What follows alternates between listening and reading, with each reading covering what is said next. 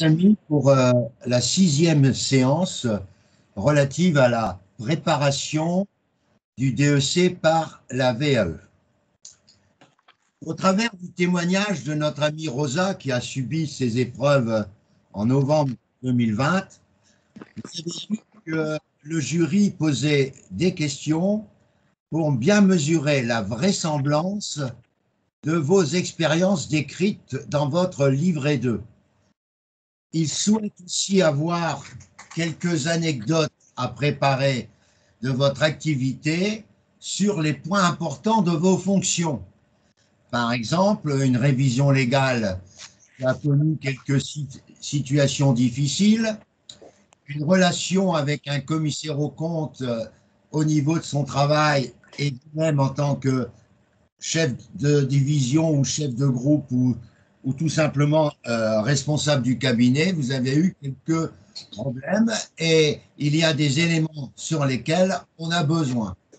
On a aussi besoin, nous, en tant que candidats de DFT, d'apporter des preuves évidentes du suivi des cours que nous avons pu avoir depuis les uns et les autres le mois de janvier, et le fait aussi que pour la session de novembre de 2021, pendant quelques semaines, du 4 septembre à la date de votre convocation, vous avez suivi les cours UV1 et UV2 que vous avez avec vous même en vidéo, et vous avez suivi également la soutenance des mémoires de ces nouveaux candidats novembre 2021 qui sont 16 et qui ont des supports variés dont la liste sera avec vous le jour de l'examen, en cachant les noms des auditeurs pour éviter toute transformation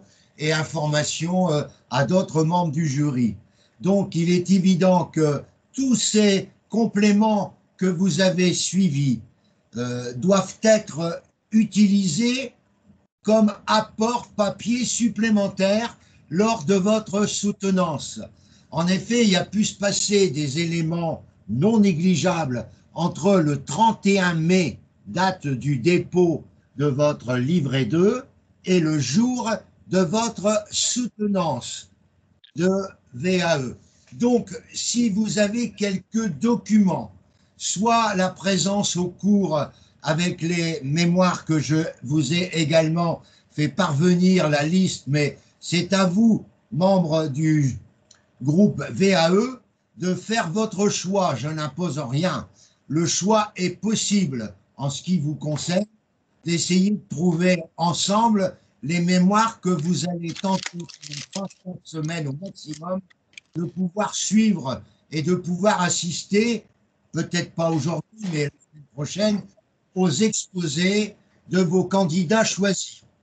Je vous rappelle qu'il faut absolument considérer que ces 10 minutes d'exposé, c'est le moyen, bien sûr, de faire valoir votre, je dirais, votre compétence, votre expérience, votre caractère, je dirais, de futur expert comptable, dominant son stress, parlant normalement comme s'il parlait à un client, ne pas donner trop d'importance dans votre tête, ne pas donner trop d'importance dans votre tête à cette expérience intéressante qui consiste à essayer de pouvoir générer, je dirais, une complicité avec le monde de l'expertise et du commissariat au compte.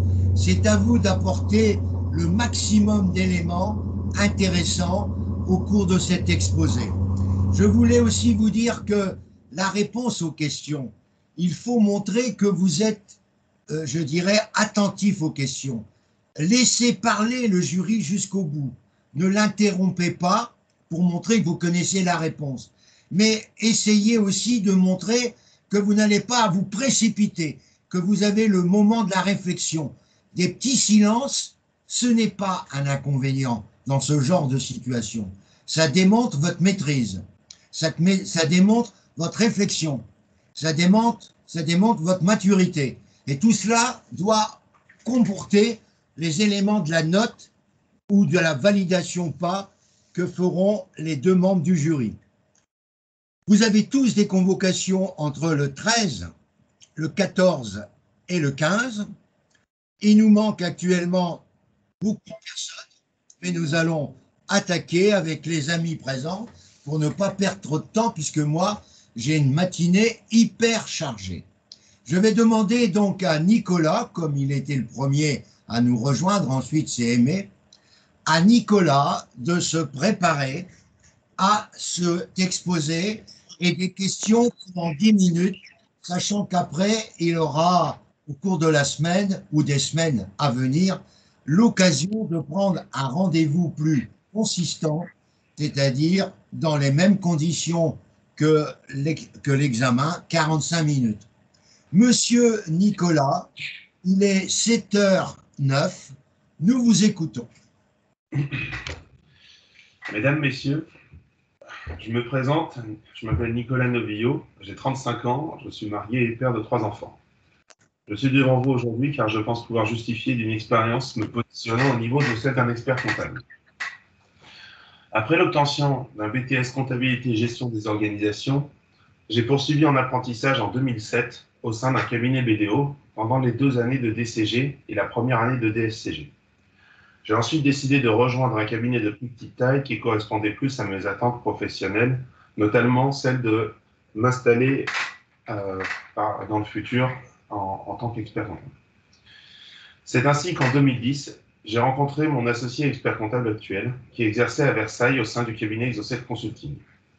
Fin 2011, nous avons tenté un rapprochement avec le cabinet DCR Expertise aux abords de la Défense. Ce rapprochement ne se déroulant pas tout à fait selon la volonté de mon expert comptable, celui-ci a préféré mettre fin à ce partenariat. J'y suis en revanche resté et passé 3 merveilleuses années et enrichissantes années. Fin 2014, la naissance de mon premier enfant approchant, j'ai décidé de chercher un nouveau poste dans un cabinet plus proche de mon domicile. Je vivais alors dans les Yvelines, à plus de 40 km de mon lieu de travail. C'est alors que mon expert comptable et associé actuel a repris contact avec moi et m'a proposé une association.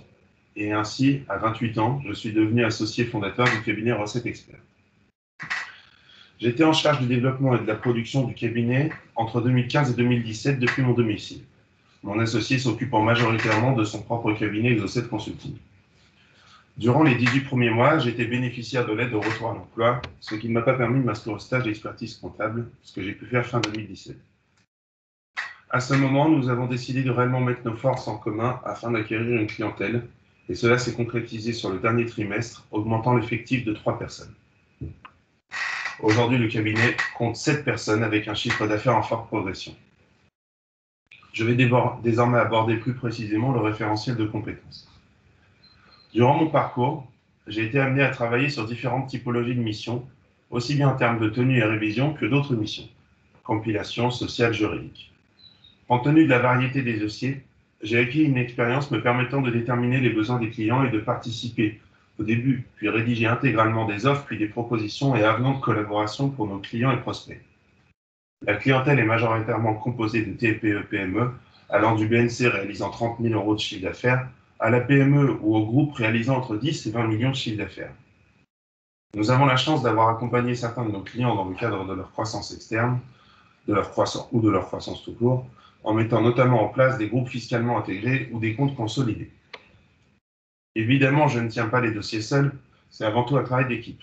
Je suis en charge de suivi de l'ensemble de la production du cabinet et suis principalement attelé à l'organisation du cabinet, des dossiers ou la recherche de gains de productivité, notamment en termes d'automatisation de processus comptables. J'interviens également sur les missions à plus forte valeur ajoutée, comme l'établissement des comptes de groupe, avec ou sans intégration fiscale, les acquisitions, cessions ou transmissions d'entreprise et les fusions d'entreprises. Étant donné mes responsabilités, je m'applique les principes de qualité et de contrôle depuis que je suis entré dans mon premier cabinet. Je veille à la qualité des travaux effectués par les collaborateurs, notamment lors de la constitution des dossiers annuels et de synthèse. Cette rigueur que je m'impose me permet de déléguer un maximum de tâches à mes collaborateurs, tout en sachant que je suis responsable vis-à-vis des clients et de mon associé. En raison de la diversité des missions et du nombre de dossiers, Nous avons mis en place des méthodologies de travail ayant pour objectif une supervision plus efficace des dossiers, notamment en termes de répartition des tâches pour les travaux de clôture et de révision. Cela implique l'organisation de réunions régulières avec l'équipe afin de prendre connaissance des difficultés rencontrées, pour, si nécessaire, que je prenne contact avec les clients, pour qui je suis parfois le seul référent. Je ne m'interdis évidemment pas de leur rappeler que ce n'est pas encore le cas. En quête permanente de prospects, je rédige et propose des lettres de mission aux nouveaux clients, après signature par mon associé évidemment, et organise la reprise des dossiers conformément aux dispositions de notre code de déontologie. À l'inverse, il m'arrive de devoir gérer le départ de clients qui ont porté leur choix sur un autre cabinet et de suivre le bon déroulé de cette reprise par nos confrères. Je tiens à préciser que les fois où cela est arrivé correspondaient à des situations de rachat d'entreprise, de cessation d'activité ou de déménagement du chef d'entreprise dans une région éloignée pour qui la proximité géographique était importante. L'ensemble de ma carrière est orienté expertise comptable, et je n'ai pas ou très peu eu l'occasion de travailler sur des missions d'audit légal. Mon expérience en la matière est limitée à des audits de stock lors de mon apprentissage DCG au sein d'un cabinet vidéo, avec la rédaction de rapports en anglais et aux formations dans le cadre du DSCG ou du stage d'expertise, ainsi que des cours suivis avec M. Francis Tison, DFT Formation. J'ai également travaillé les années de 2010 à mai 2021 et des examens du certificat d'aptitude aux fonctions du commissaire aux comptes pour les mêmes périodes, actualisés selon la réglementation en vigueur. Néanmoins, par mes relations avec les commissaires aux comptes sur les différents dossiers, il est très fréquent que les auditeurs passent par moi pour tout ce qui est relatif au système d'information comptable et à l'information financière des différents dossiers et au contrôle interne. D'autre part, comme j'accompagne les clients lors d'acquisition d'entreprise, il m'arrive au moins une fois par an, si ce n'est plusieurs fois par an, de diligenter un audit d'acquisition. Et c'est bien dans le cadre du référentiel d'audit que s'inscrit ma démarche et les rapports à destination de nos clients. Les difficultés d'accès au marché de l'audit légal, conséquence directe de la loi PACTE, ne me permettent pas d'envisager d'orienter le cabinet dans cette voie, mais plutôt sur d'autres missions proposées pour les experts comptables, comme la gestion et la stratégie patrimoniale. Par mes formations récentes avec les candidats aux lettres traditionnelles pendant plusieurs semaines, j'ai travaillé sur de nombreux dossiers relatifs à l'audit contractuel et l'audit légal. L'ensemble des thèmes travaillés et des échanges avec le groupe m'ont permis de mesurer l'intérêt d'un audit. Un certain nombre de mémoires traitaient du contrôle interne, de révision contractuelle et du rôle du commissaire aux comptes dans des entreprises d'assurance ou de presse. Tous ces travaux ont consolidé mes compétences dans ce domaine lié au contrôle et à l'audit qui justifie bien la maîtrise des informations. Dans le cadre des autres prestations, le cabinet établit aujourd'hui plus de 400 bulletins de paie par mois, sous mon entière supervision en responsabilité, dont j'assure environ un tiers de la production. Cela m'a permis d'acquérir une grande expérience en matière de droit social, car la production de la paie implique une connaissance approfondie du travail et des conventions collectives utilisées, mais également en matière de paramétrage et maîtrise de logiciels. J'assiste régulièrement les clients dans le cadre de contrôles fiscaux ou sociaux, dont 2 qui ont pris fin avant l'été et un contrôle URSSAF qui a débuté en septembre 2021. J'assiste également les nouveaux clients dans le processus de création d'entreprise ou de liquidation d'entreprise, d'obtention de financement. Je suis également le secrétariat juridique annuel. En matière de déclaration de revenus des personnes physiques, j'assiste depuis plusieurs années directement les clients qui nous sollicitent. Phénomène largement amplifié en 2021, avec intégration de la déclaration sociale des indépendants dans la déclaration des revenus. Cette expérience me permet d'avoir une vue d'ensemble et de conseiller les choix quant au choix de structure juridique notamment, prévisionnel comparatif sur le choix de structure, SCI à l'IS ou à l'IR par exemple. J'anime chaque année, après lecture des feuilles rapides des éditions Francis Lefebvre et des synthèses de la revue Fiduciaire, une réunion afin de présenter aux collaborateurs les nouveautés et évolutions réglementaires introduites par la loi de finances. Cette mise au point est nécessaire pour préparer l'année à venir et me permet également d'être capable de restituer ces informations aux clients qui me sollicitent sur ces sujets. Les années 2020 et 2021, compte tenu du contexte sanitaire, ont été riches en actualité et les demandes d'information et de synthèse des clients croissantes, que cela soit sur les conditions d'attribution du fonds de solidarité que sur le mécanisme de l'activité partielle, auquel je n'avais pas eu l'occasion d'être confronté. Ceux qui, comme moi, ont eu à gérer cet aspect sur les dossiers savent que la mise en place ne s'est pas faite sans fracas, compte tenu de l'annonce subite de la mise en place à grande échelle du dispositif et des moyens dont disposait la direction du travail, notamment par la saturation des serveurs, des ajustements réglementaires sur l'indemnisation des heures supplémentaires ou ceux relatifs aux rémunérations variables. Ces derniers mois, durant le suivi de la préparation de cet entretien avec DFT Formation, les candidats VAE dont je faisais partie avons eu à lire et commenter les mémoires de candidats au diplôme traditionnel et de les assister dans la préparation des soutenances blanches. Cette expérience était très enrichissante et m'a permis d'aborder des problématiques auxquelles je n'avais pas ou très peu l'occasion d'être confronté. Pour conclure, compte tenu de mes responsabilités grandissantes au fur et à mesure que le cabinet s'agrandit, il est désormais important que je devienne expert comptable, non seulement afin de crédibiliser encore plus mes démarches et accompagnements auprès des clients, mais également en cas de défaillance de mon associé, sur qui aujourd'hui repose l'ensemble des responsabilités vis-à-vis des clients. Mon associé, ayant bientôt 60 ans, celui-ci est désormais en fin de carrière et m'a bien fait comprendre qu'il ne chercherait pas à faire plus que nécessaire, ce que je comprends très bien. Et je dois lui permettre de préparer sereinement sa retraite et à moi de prendre pleinement la relève. Compte tenu du nombre de dossiers de récentes mises en arrêt maladie de deux de nos collaboratrices, notre capacité de production maximale est à mon avis dépassée et nous allons devoir envisager une réorganisation structurelle. La piste d'un second site avec l'embauche de nouveaux collaborateurs est à ce stade la plus privilégiée, mais nous devons être capables de nous répartir, aussi bien en termes de production et de supervision, mais surtout en matière de responsabilité. Mais au-delà de ces nécessités, c'est surtout pour moi un sésame vers la liberté. Liberté qui me permettra d'assumer pleinement mes responsabilités et d'organiser mon cabinet comme je l'entends. Je tiens à vous remercier pour votre temps et suis à votre entière disposition pour toute question et précision que vous jugeriez nécessaire. Merci, monsieur. La première, c'est quelle est votre journée de travail, par exemple? Hier, vous avez travaillé probablement. Essayez de nous expliquer votre journée de travail. Hier, nous étions à 10, donc c'est vendredi.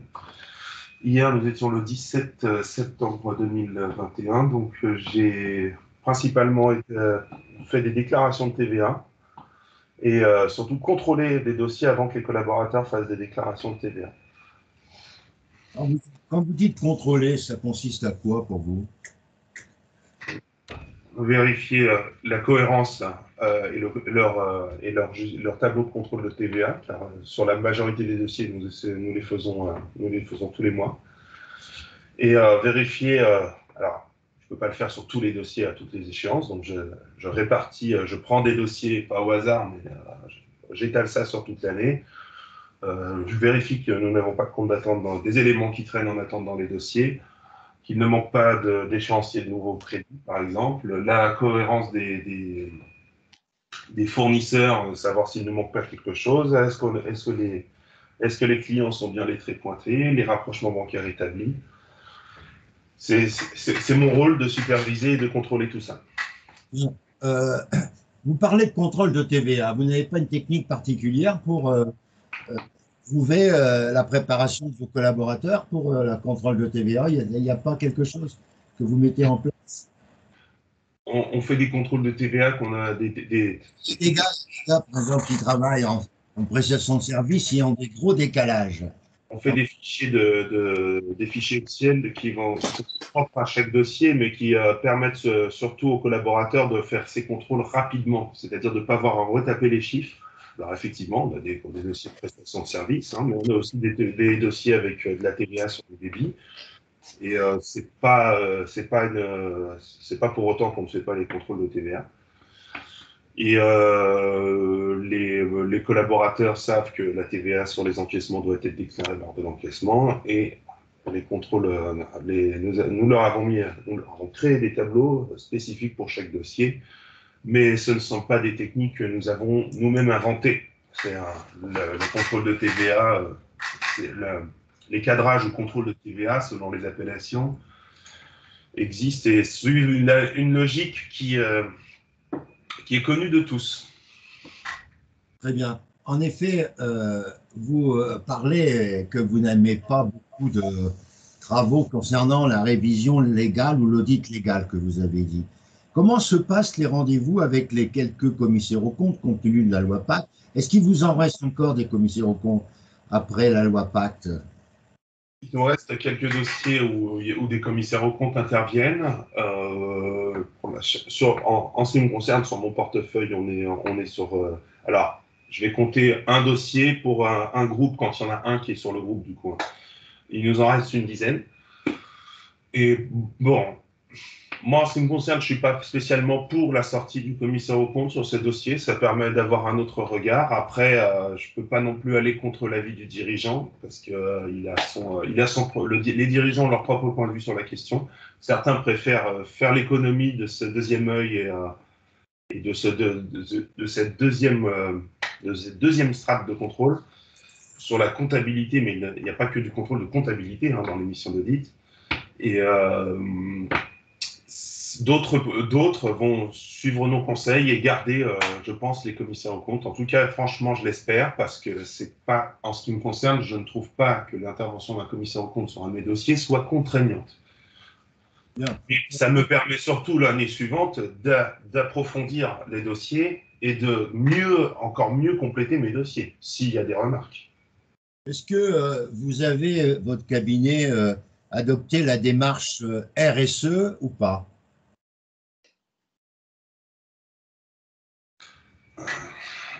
Alors, dans notre cabinet, à proprement parler, non, parce que on n'est pas assez nombreux pour qu'on s'en y soit contraint, à proprement parler. Et, bon, c'est comment dire, comme c'est un sujet sur lequel on n'est pas assez formé, mon associé et moi-même, on a tendance à, si besoin, envoyer à nouer des partenariats avec des cabinets d'avocats qui vont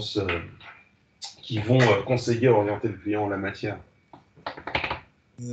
C'est une forme de démission donc devant la RSE, alors que le Conseil national des experts comptables ne cesse, dans les conférences prévues par le Congrès, ne cesse d'encourager les cabinets comptables à avoir la démarche RSE. Mais pour vous, la RSE, c'est quoi? Donnez-moi un peu le sigle, que représentent les mots derrière RSE, monsieur, parce que j'ai l'impression que vous êtes en train de faire une confusion.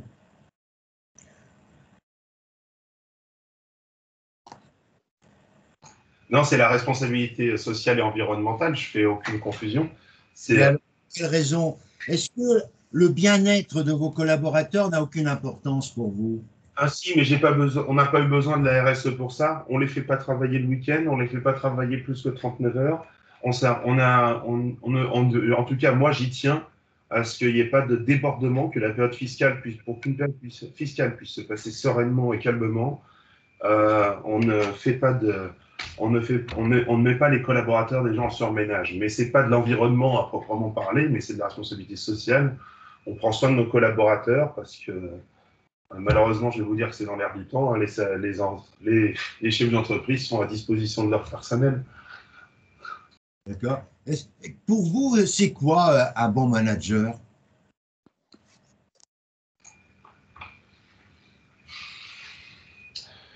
Alors là, un bon manager, c'est celui surtout pour qui ses salariés, son personnel, son équipe vont lui être dévoués. Et corps et âme. Après, il n'y a pas une méthode, il n'y a pas deux méthodes, il y a autant de méthodes que de managers possibles, mais c'est le résultat à la fin, c'est que l'équipe doit lui être fidèle, fiable et a confiance en lui. Un manager, pour vous, est un chef d'orchestre? Nécessairement. On dit souvent, monsieur Tandé, lors d'un congrès en 2020, son dernier congrès ou avant-dernier, il a déterminé que l'expert comptable est un véritable chef d'orchestre pour l'entreprise. Vous partagez? Bien sûr, après, ça dépend du périmètre d'intervention. Pour les missions où on fait que du social, c'est compliqué d'être un véritable chef d'orchestre. Dans les missions où on est beaucoup plus impliqué, notamment en termes de RH, parce qu'il n'y a pas que la production des bulletins de paie, parfois aussi on a la mission d'avant, la mission là qui va à la gestion RH. Oui, on fait partie, je pense, on fait partie des chefs d'orchestre, parce que le chef d'orchestre de l'entreprise, c'est avant tout son dirigeant. Et on fait partie de l'équipe dirigeante, oui. Je pense qu'on fait partie de l'équipe dirigeante avec lui. Vous avez donc rempli les référentiels des 3 UV. On va passer à l'UV1. Quels sont pour vous les points forts de ce référentiel que vous avez rempli? Avez-vous éventuellement déjà été amené à rencontrer lors de conciliation pour des questions d'honoraires un client qui ne voulait pas payer les honoraires réclamés, j'en passe et des meilleurs, ou avez-vous rencontré des difficultés avec d'autres cabinets pour lesquels vous étiez en train de reprendre le client? Est-ce que vous avez des choses à nous raconter là-dessus? Non, j'évite de saisir la commission de conciliation de l'ordre parce que entre confrères, on peut quand même discuter, je pense. Hein. On est entre gens relativement civilisés, intelligents. Et sachant que le principal problème, c'est la question sur les honoraires, donc non, à l'entrée, on invite fortement, et j'entre pas sur un dossier, même si j'ai tout ce qu'il faut pour, j'entre pas sur un dossier tant que le confrère précédent n'est pas réglé.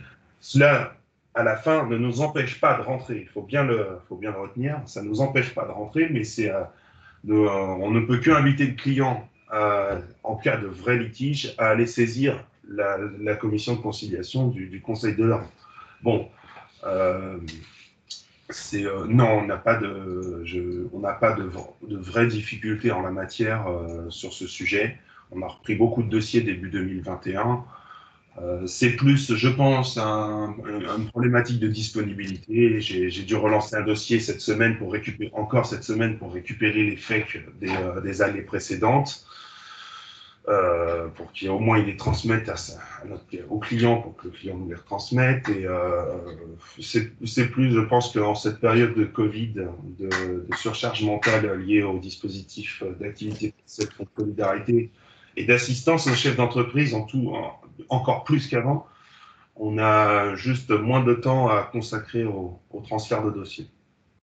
Mais pour revenir à l'UV2, l'UV quand même la plus crainte par l'ensemble des auditeurs, qu'est-ce que ça vous a apporté le fait de suivre les cours traditionnels, monsieur? Ça m'a permis de remettre mes connaissances à jour, parce qu'on peut pas, c'est bien un métier sur lequel on ne peut pas juste se reposer sur ses acquis. Et donc, moi, ma stratégie dans le cabinet, c'est de ne pas aller développer l'audit légal. Moi, j'estime qu'il n'y aura pas de marché en ce qui me concerne, parce que moi, notre clientèle, ça reste des PME. Et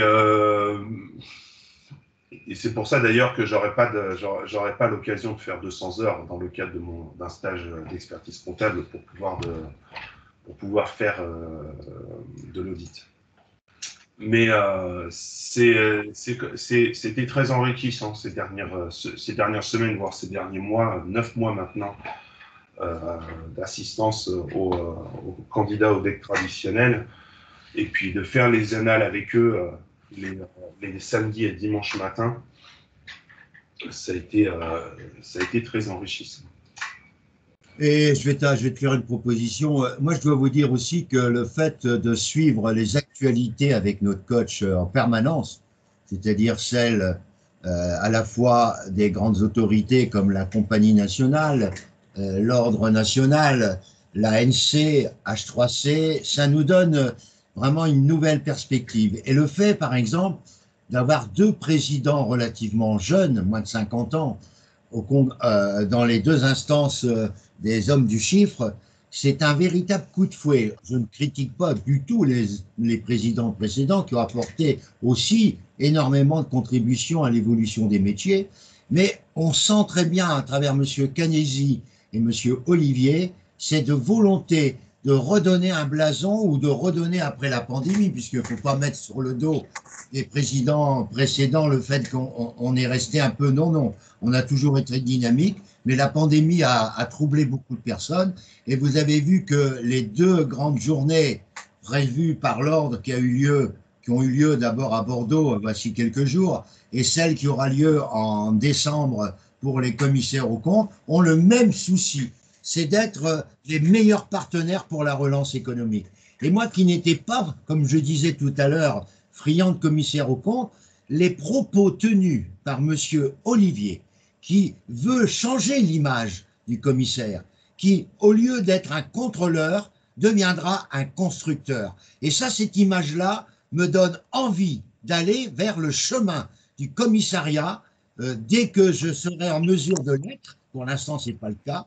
Ben, je n'ai pas peur de dire que, contrairement à ce que je dis d'ici quelques mois, j'ai changé, et je dis que j'ai changé grâce à ces présidents qui donnent envie de s'adapter au monde qui bouge, au monde qui change et au monde qui veut réussir. Voilà. Merci, Monsieur Novillo. Là, vraiment, votre conclusion est parfaite. Je tenais C'est très bien. C'était très bien. Tu es content, Nicolas? Mais moi, je suis content de tes réponses. Les propos tenus par les présidents de la CNCC qui veut que les auditeurs ne soient plus des contrôleurs, mais quoi? Des constructeurs de la relance. La relance. Tu lis tous ces derniers communiqués que j'ai envoyés, et puis tu prends quelques citations de Canesi. J'essaye de tout lire, hein, mais vous en envoyez plus qu'on peut lire. Hein. Je ne suis pas sûr que vous les lisiez tous, Francis. Hein. Je lis tous, mon garçon. Écoute, ne m'émeut pas en doute là-dessus, parce que si je l'envoie, c'est que je l'ai lu. Hein. Et je vais te dire une chose, mon garçon. Et je dis à tous mes amis qui m'écoutent là. Préparez des citations pour terminer votre exposé de Canesi et de Yannick Olivier. Vous allez marquer des points extraordinaires. Faites-moi confiance. Vous faites citation au communiqué. Je vais vous envoyer tout un ensemble d'éléments qui vous permettent d'avoir les citations. Vous avez Yannick Olivier qui fait énormément de choses et qui vous donne énormément de possibilités. D'ailleurs, je vais vous envoyer dans quelques minutes, par 8 transferts, des éléments pour lesquels vous allez trouver des citations, aussi bien mon groupe de mémorialistes que mon groupe de VAE. Est-ce que Aimé aurait une question à poser ou une remarque à faire à notre ami pour l'instant? Oui. Petite remarque. En fait, je vois que j'ai remarqué que Nicolas a toujours amélioré à chaque fois parce qu'il rajoute toujours des nouvelles versions à sa présentation. Il a toujours des choses, en fait, Je complète avec ce que vous me dites, hein, le groupe. Hein, je complète, j'agrémente, je tiens. Oui, tu trouves tout. En fait, tu es en train toujours de modifier un peu j'ai remarqué dans ta présentation des choses nouvelles là, que tu rajoutes au fur et à mesure. C'est très bien. Et il y a une petite question que je vais poser. C'est que tu dis que bientôt, ton associé va partir. Oui. Et j'aimerais bien que tu me dis si demain, tu auras ton diplôme d'expertise comptable, est-ce que tu es vraiment prêt aujourd'hui de reprendre la responsabilité et quelle est la première qualité aujourd'hui que tu as pour nous dire que tu es vraiment prêt et que tu es capable de gérer tout seul le cabinet, si au cas où tu seras seul dans ton cabinet? Eh bien, déjà parce que mon associé, il n'est pas tous les jours au bureau. Et il n'est pas tous les mois au bureau, même. Et je suis... alors, je ne vais pas le formuler comme ça, je vais recommencer.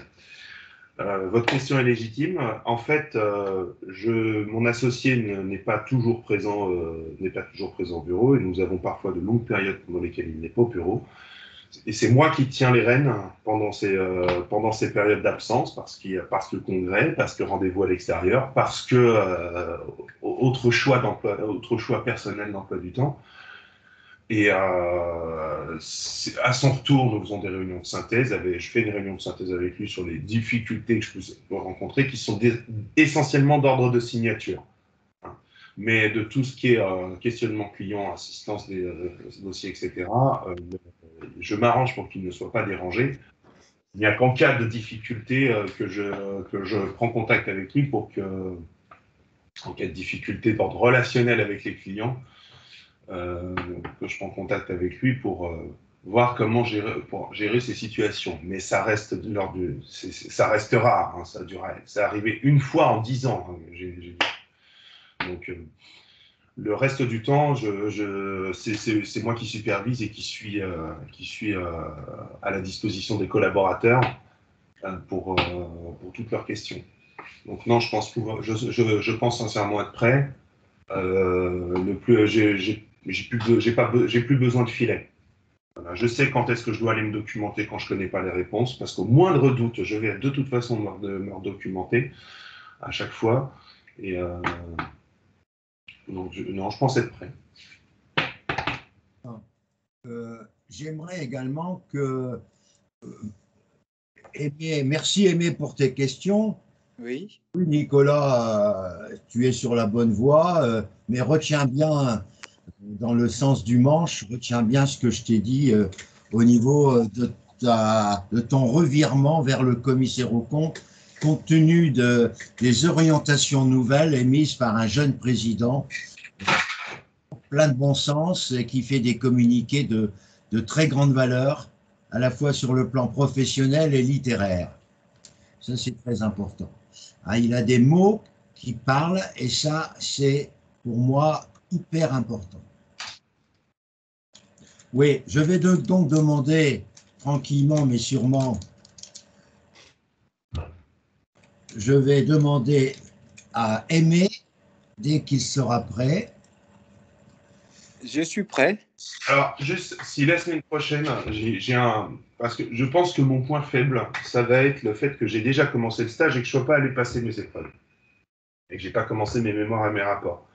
La semaine prochaine, l'un ou l'autre, ou les deux, je voudrais que vous soyez méchants avec moi sur le sujet avec une question qui va piquer là-dessus. Ah, d'accord. Ok.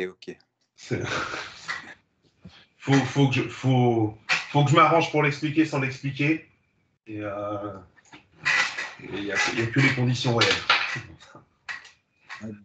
Bien, monsieur, vous avez 10 minutes d'exposé et ensuite ce sera le jeu de questions-réponses. Il est 7h40, on vous écoute. Oui. Bonjour madame, bonjour monsieur. Je me présente. Je m'appelle Aimé Rahir Ndaïbé. J'ai 59 ans, je suis marié et j'ai 2 enfants. Je suis d'origine malgache. Je suis arrivé en France depuis plusieurs années. Je suis naturalisé français.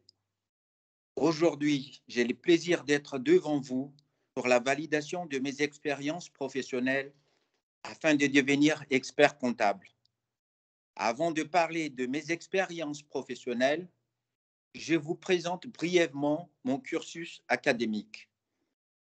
Actuellement, je détiens un diplôme de maîtrise en gestion option finance et comptabilité, un diplôme de master CCA option audit et un diplôme d'exécutif MBA en finance. En plus de ces formations académiques, au vu de la préparation de ces diplômes d'expertise comptable, j'ai suivi une formation très intense auprès des DFT Formations avec M. Francis Tison.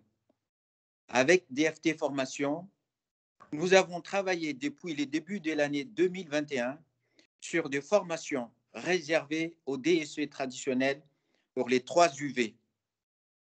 Derrière toutes ces formations, j'ai actuellement 32 ans d'expérience dans le métier de la comptabilité, dont 10 ans en cabinet d'audit et d'expertise comptable et 22 ans en entreprise comme responsable de la comptabilité. Les postes que j'ai occupés et dont j'aimerais vous apporter le plus de détails sur mon expérience sont mon poste d'auditeur financier où j'étais chef d'émission dans un grand cabinet de taille internationale, puis mon poste actuel, les responsables de la comptabilité dans un groupe de concessionnaires automobiles que j'occupe à ce jour depuis maintenant 12 ans. En tant que chef de mission en cabinet, j'ai eu comme principale mission de l'audit légal et contractuel, des conseils en gestion et fiscalité et de l'expertise comptable. Durant cette fonction, j'ai eu l'occasion de travailler sur une vingtaine de dossiers des grosses sociétés dans lesquelles j'ai organisé en toute autonomie mes missions, depuis la planification jusqu'à la rédaction finale du rapport, et puis la présentation finale auprès de dirigeants des entreprises à la fin de chaque mission. Je peux vous dire que cette expérience m'a beaucoup marqué et m'a beaucoup formé sur le reste de toute ma carrière professionnelle. En tant que responsable de la comptabilité dans un groupe de concessionnaires automobiles de plusieurs marques, j'ai sous ma responsabilité l'ensemble de services comptabilité, l'administration générale de l'entreprise ainsi que la gestion des personnels. Je suis l'interlocuteur principal du commissaire aux comptes et tous les organismes financiers, sociaux et fiscaux de l'entreprise. Madame, Messieurs, dans ma vie, je me suis encore accordé à peu près 10 ans de travail avec mon départ à la retraite, avant de partir à la retraite. J'ai la prétention de pouvoir terminer ces 10 ans de travail dans une fonction qui sera très proche de l'expertise comptable. Compte tenu de l'évolution actuelle du monde de l'automobile, l'avenir des concessionnaires traditionnels face à la montée rapide de ventes en ligne proposée par les constructeurs automobiles m'a beaucoup incité à revenir dans la profession de l'audit et de l'expertise comptable. Pour illustrer toutes ces expériences qui sont autour de 35 ans dans la profession de la comptabilité en comptant les divers stages pendant mes études, j'ai beaucoup réfléchi par rapport aux 3 UV qui sont proposés pour l'obtention des diplômes d'expertise comptable. Je me permets de vous dire que la grande partie de mon expérience accumulée correspond exactement aux exigences de ces 3 UV. Concernant l'UV1, la réglementation professionnelle et déontologique. En plus des relations professionnelles que j'ai eues au quotidien avec les commissaires aux comptes, je suis en permanence l'évolution du texte du référentiel normatif encadrant la profession des expertises comptables et des commissaires aux comptes. Je me suis abonné à de nombreuses revues comme la Revue française de comptabilité, la Revue fiduciaire, l'édition Francis Lefebvre et ainsi d'autres. Je suis des divers sites et newsletters concernant la profession. Je suis des alertes que j'ai mis en place de la commission de formation de la CNCC sur lesquels je reçois des programmes de formation et des webinaires. Avec DFT Formation, nous avons l'occasion de travailler sur cette UV1, sur toutes les annales de DSC traditionnelles de 2010 à 2021 en tenant compte de la réglementation en vigueur. Au niveau de l'UV2, la révision légale et contractuelle des comptes. Pendant mes 22 ans d'expérience en tant que responsable de la comptabilité en entreprise, mes 10 ans de cabinet d'audit et d'expertise comptable, des expériences appuyées par des formations théoriques et des pratiques très pointues, je pense avoir une bonne maîtrise des travaux de révision des comptes. Avec mon poste actuel, je prépare en toute autonomie les comptes de mon entreprise.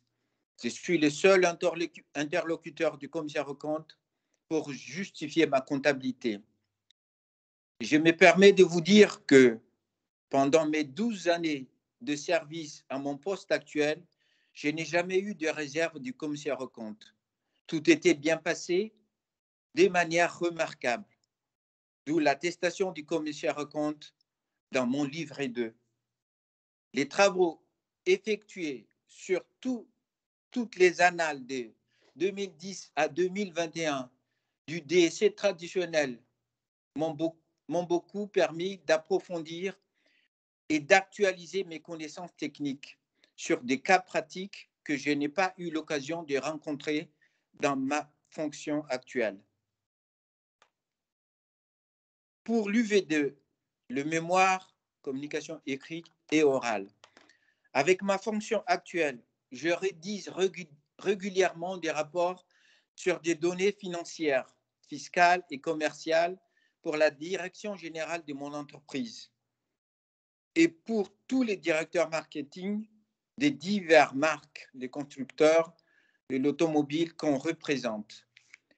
En tant qu'interlocuteur principal des commissaires aux comptes et tous les autres organismes financiers, sociaux et fiscaux de l'entreprise, je suis toujours obligé de donner des réponses précises, écrites et orales à chaque intervention.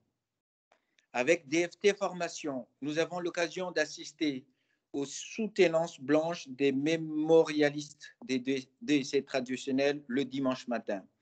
C'est une expérience très enrichissante parce que nous avons participé aux diverses questions posées aux mémorialistes pendant la soutenance. Pour vous montrer mon envie d'être un jour expert comptable, je me suis permis de vous proposer une notice de mémoire qui était validée par M. Francis Tison, un ancien membre des jurys des diplômes d'expertise comptable. Cette notice est pour moi une volonté de démontrer et d'apporter la preuve à travers tous les écrits et toutes les communications orales que j'ai pu réaliser pendant toutes mes années d'expérience et m'autorise à vous dire que je pense respecter les référentiels qui ont été exigés par cette UV3. Voilà, Madame, Monsieur, la présentation rapide que j'ai pu faire de mon expérience professionnelle. Je reste à votre disposition pour répondre à vos questions. Je vous remercie de votre attention. Bien. Merci, monsieur. Donc, vous avez une double expérience. Expérience cabinet, expérience entreprise. Si je vous demandais rapidement de nous faire une comparaison rapide de ces deux expériences, et quelle est celle qui, pour vous, ou sont-elles complémentaires, etc. Essayez de nous expliquer comment vous avez vécu cette double expérience. OK. Effectivement, ces doubles expériences, c'est très complémentaire pour moi. Parce que du côté théorique et pratique des révisions et des tenues de la comptabilité,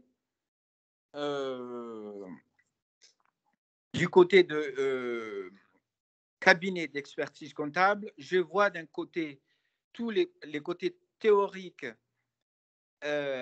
et pratiques, comment on fait pour réviser des comptes d'une entreprise et quels sont les outils, les méthodes pour à aborder pour réviser des comptes et comment on fait aussi, qu'est-ce qu'il y a comme méthode et technique pour tenir des comptes des entreprises. Donc tout ça, j'ai beaucoup appris du côté de cabinet. Et d'ailleurs, mon expérience en cabinet, c'était juste après mes formations à l'université. Donc, j'ai les formations théoriques académiques que j'ai eues à l'université et c'était appliqué et travailler tout de suite pendant mon expérience en cabinet. Du côté en entreprise, donc là, je me suis posé d'être examiné par rapport au commissaire aux comptes et je vois de ce côté que qu'est-ce qu'il faut faire, qu'est-ce qu'il faut fournir pour bien montrer que la comptabilité est est bien probante et répond bien aux exigences de référentiel de tenue de la comptabilité.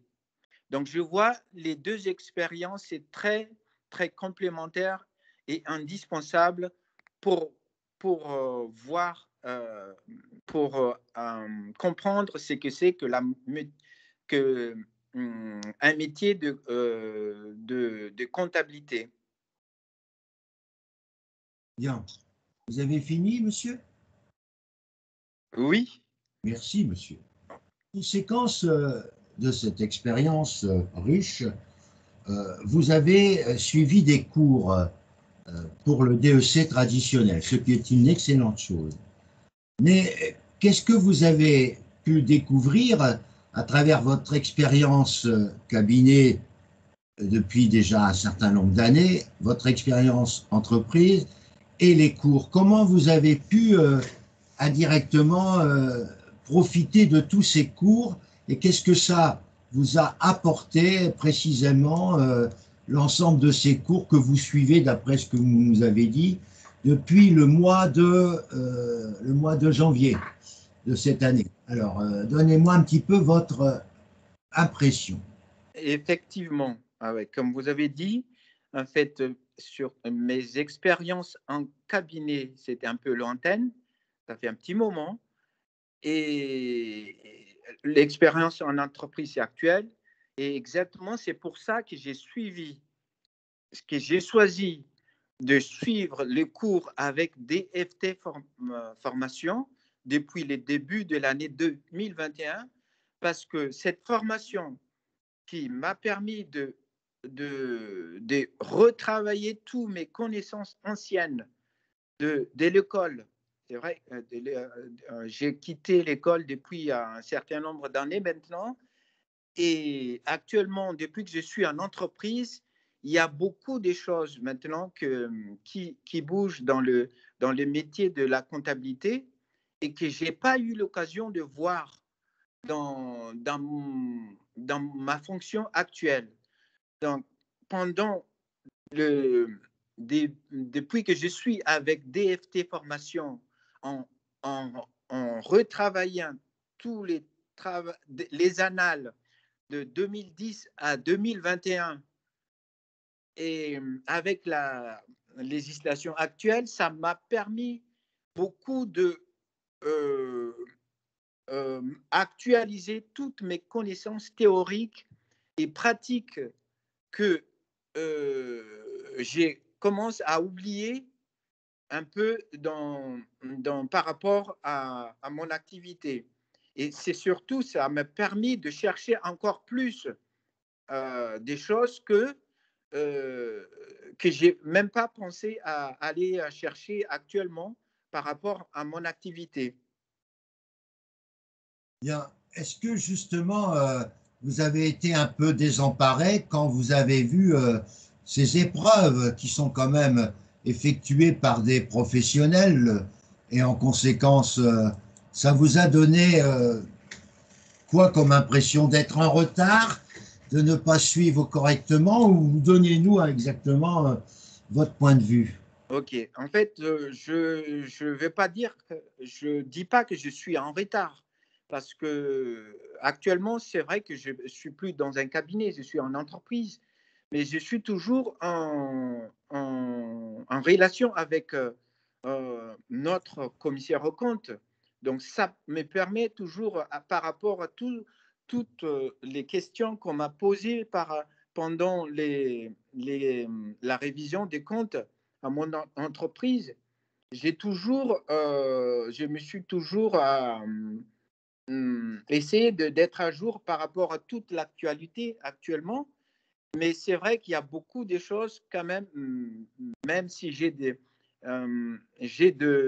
actualités par rapport à tout ce que je fais actuellement aux professions de la comptabilité. Le fait de revoir toutes les annales de 2021, 2010 à 2021 m'a beaucoup quand même apporté beaucoup d'actualité, même si je suis pas trop, je peux dire que je suis pas trop en retard, mais je suis de plus en plus à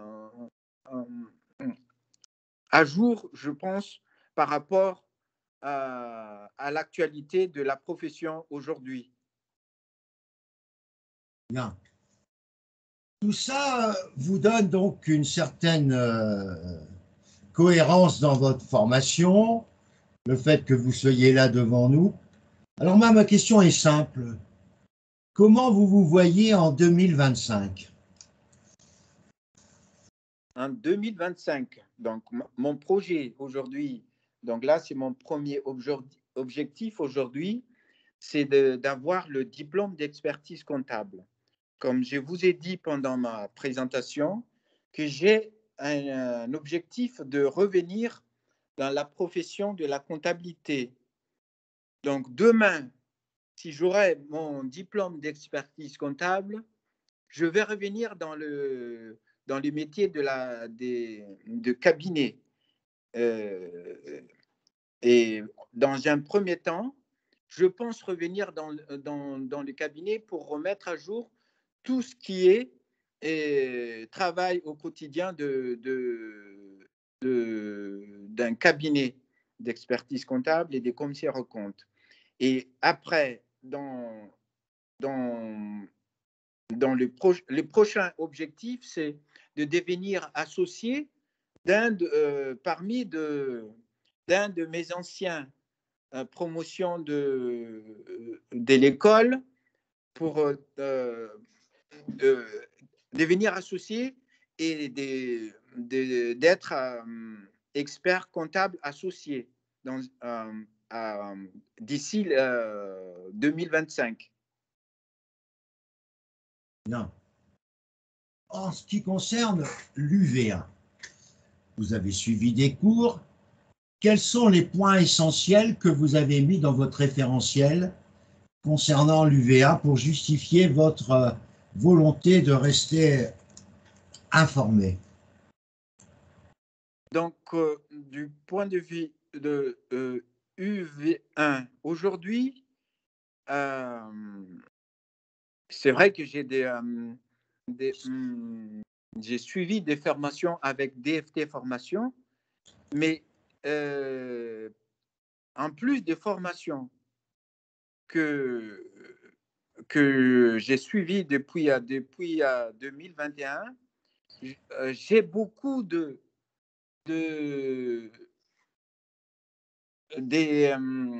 je continue à avoir beaucoup de mise à jour des formations par rapport au programme des formations de la CNCC. J'ai beaucoup aujourd'hui reçu de DFT formation, des emails, des webinaires, des conférences, et j'arrête pas de suivre toutes ces formations, et je pense que je suis très à jour maintenant de point de vue de la déontologie de la profession aujourd'hui. Bien.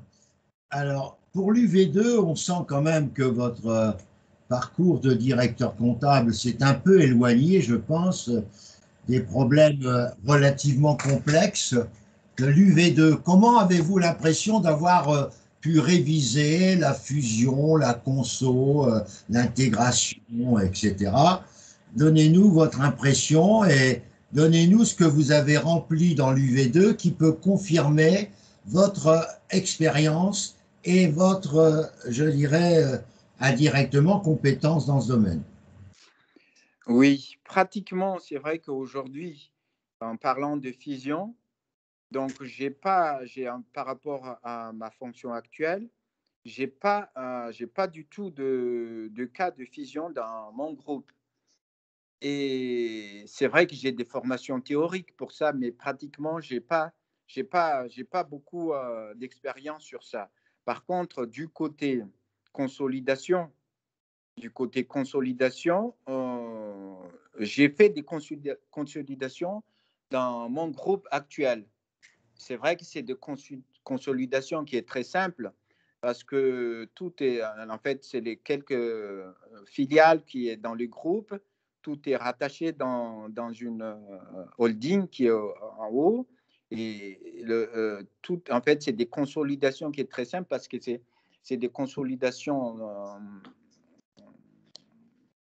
totales, parce que le holding a pas, en fait, tout le capital de toutes les entreprises autour est détenu à 99% par l'holding.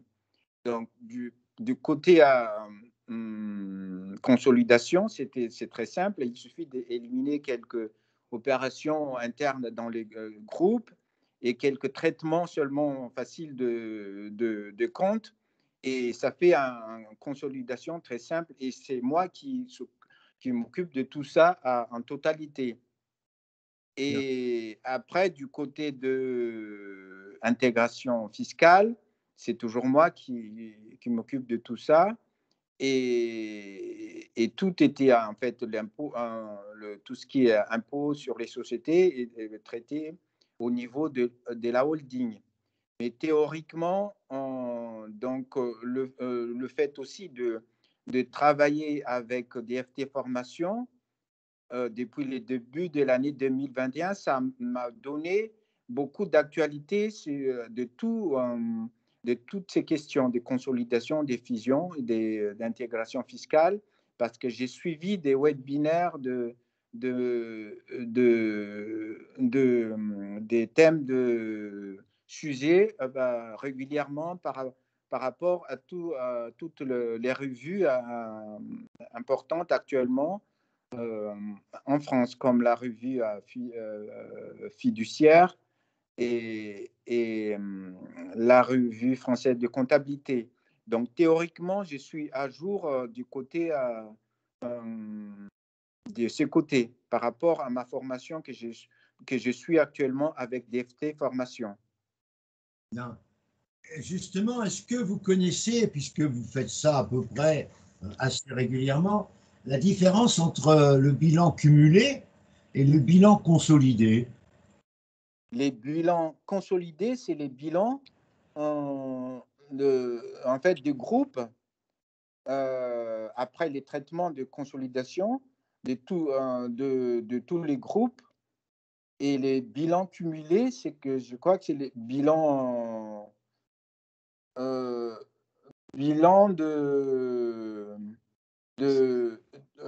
individuel de chaque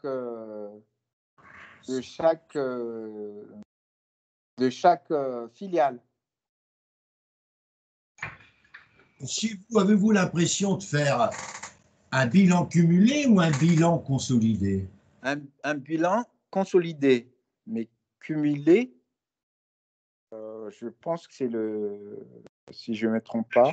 La question de Francis, je pense que je vais la poser autrement. Est-ce que vous faites la somme des postes du bilan de chacune des sociétés pour votre bilan consolidé, ou est-ce que vous appliquez des vrais traitements de consolidation pour le bilan du groupe, comme si ce n'était qu'une seule entreprise? Ah, ok. Oui, je comprends. En fait, je ne peux pas dire que c'est seulement un bilan cumulé, parce qu'il y a quand même quelques traitements que je fais pour que ça soit un bilan consolidé. Quelques exemples? Par exemple, il y a des traitements par rapport parce qu'il y a des relations internes quand même. Il y a des profits internes entre les filiales. Il y a des retraitements que je fais. En fait, du côté contrôle au niveau de filiales, c'est contrôle total par la holding, mais sauf qu'il y a quand même des traitements au niveau des créances et tout ça, des stocks, que je suis obligé de faire quand même. Sinon, il n'y a pas des traitements de bail, de location, tout ça, parce que tout est détenu par la filiale, par la holding. Mais ce n'est pas vraiment cumulé. Il y a des opérations que je suis obligé d'annuler. Est-ce que c'est ça? C'est donc bien une consolidation. C'est donc bien une consolidation. Et comment s'appelle le 1% non détenu par la holding? En fait, 1%, c'est juste, en fait, il y a les deux patrons en fait, qui a les fondateurs de groupe qui détient le 1%. D'accord. Donc, c'est une Voilà, institution globale sans intérêt minoritaire. c'est symbolique, mais c'est seulement ils ont monté la holding à 99%. Ok, non, mais c'est parce que En si fait, c'était tenu par autre chose que les patrons, c'était des intérêts minoritaires. Mais là, exactement, c'est minoritaire. Donc, et, c'est contrôle total par la holding. par la holding. Et après, le bilan cumulé, après, je profite parce que je n'ai pas l'habitude d'entendre ces vocables. On dit bilan cumulé pour la différence entre. C'est-à-dire, bilan cumulé, il n'y a pas des traitements de consolidation, on cumule seulement. Mais on fait très peu de bilans cumulés dans notre métier. Ça ne sert à rien. Ok. Ouais, c'est notre problème. Merci pour la question, quand même, ça peut venir. Parce ouais, que je ne sais pas répondre. justement, sur la question de Nicolas, et puis en même temps, sur certains compléments qu'on a besoin de pouvoir observer, hier ou avant-hier, Samuel nous a envoyé un lien sur YouTube d'une conférence très pédagogique sur les bilans consolidés de la revue fiduciaire, qui vous explique les différentes méthodes de conso, qui vous explique également l'aspect des intérêts minoritaires dans l'intégration globale et le fait aussi de remonter un certain nombre de résultats. Moi, j'ai écouté ça en travaillant sans aucune difficulté. Je travaillais sur autre chose, mais j'écoutais en même temps. Et j'ai trouvé que cette intervention était très salutaire pour beaucoup d'entre nous. Et j'aimerais que cette communication de Samuel, je répète, la semaine, cette semaine, et nous a envoyé ça, je pense, il a envoyé ça mercredi ou jeudi. Il a dit un texte intéressant, oui, une vidéo intéressante. Et ça, j'ai vraiment apprécié cette proposition de vidéo. Et ça, pour moi, c'est très, très, très enrichissant. Je n'ai Voilà. pas vu. Nicolas, tu as vu ça? Ah ouais, c'était hier soir ou avant-hier. Ok, je cherche si on a reçu. Non, c'est une vidéo, c'est YouTube. Ok. C'est YouTube et j'avoue, écouter ça 1 heure, ça dure qu'1 heure, mais c'est très, très, très, très, très bien. Très, très, très bien. Ok. Et j'avoue que c'est. Je voudrais poser quelques questions à Aimé. Oui. Pour continuer. Donc, Aimé, toi aussi, tu prends note des remarques qu'on te fait. J'ai bien aimé ton exposé. Alors, durant cette expérience en cabinet, pouvez-vous me décrire les tâches que vous avez effectuées et le nombre de collaborateurs que vous avez encadrés? Oui, effectivement. Donc, mon premier poste en cabinet, ça fait un petit moment, ça fait longtemps. Et j'ai commencé au début quand j'étais encore auditeur junior. Donc, je me rappelle bien que j'ai préparé, en fait, à partir du moment où on est, on est choisi par le chef de mission de partir pour une mission. Donc, j'ai bien préparé tous les dossiers permanents et tous les dossiers de travail et tout. Je commence à préparer tous les dossiers de travail et, et en partant pour la mission.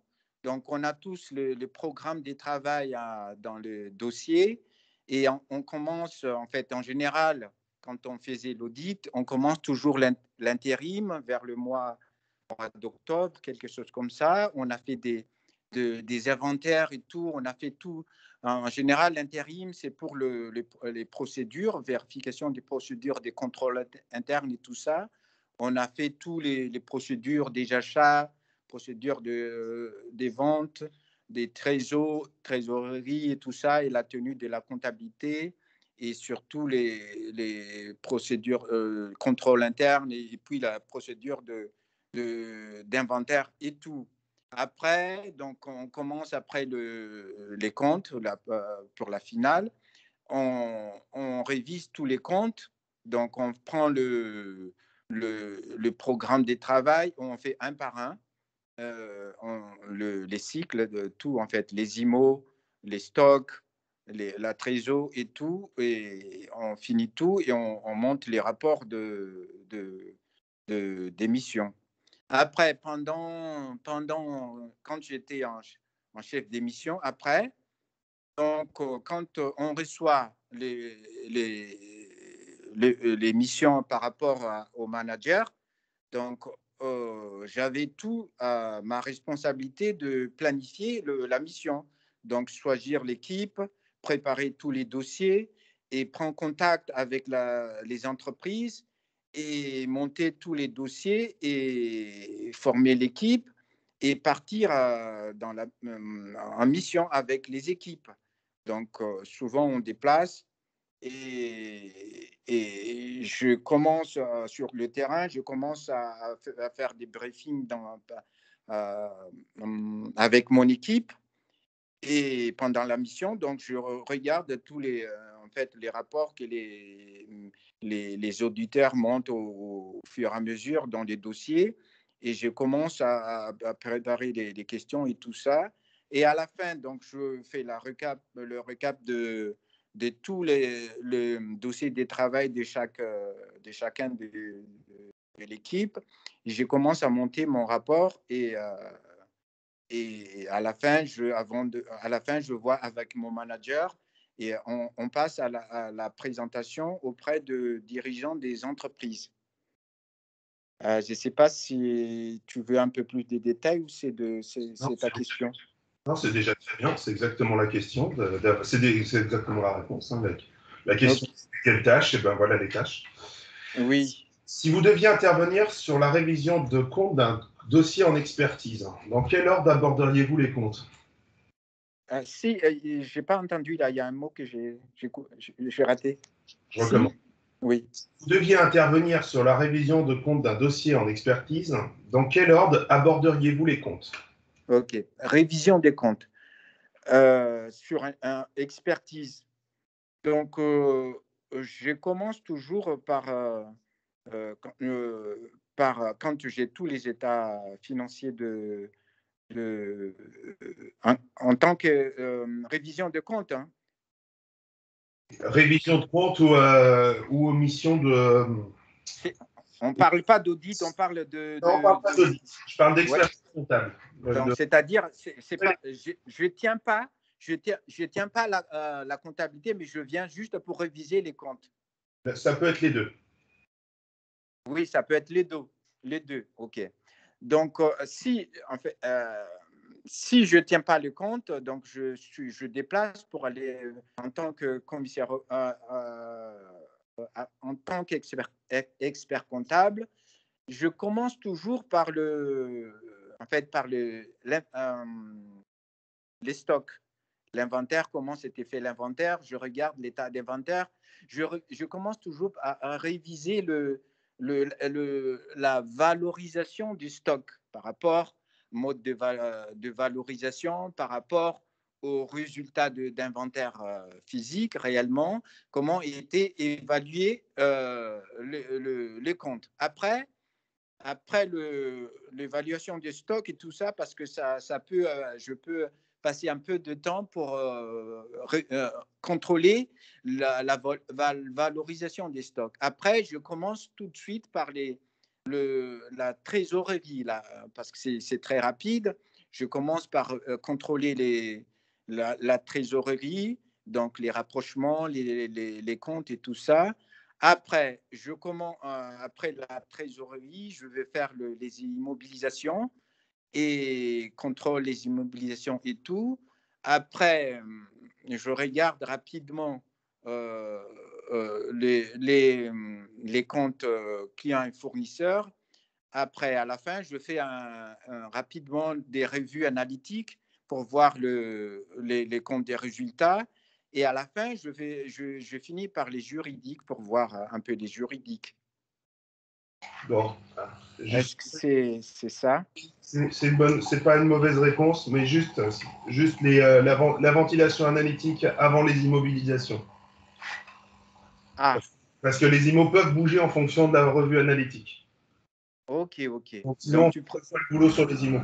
en fait, toi, tu préfères faire la revue analytique en premier lieu, alors, avant de… Non, je ne fais pas en premier lieu. En premier lieu, la trésorerie, parce que c'est le pivot de ça. Oui, les rapprochements.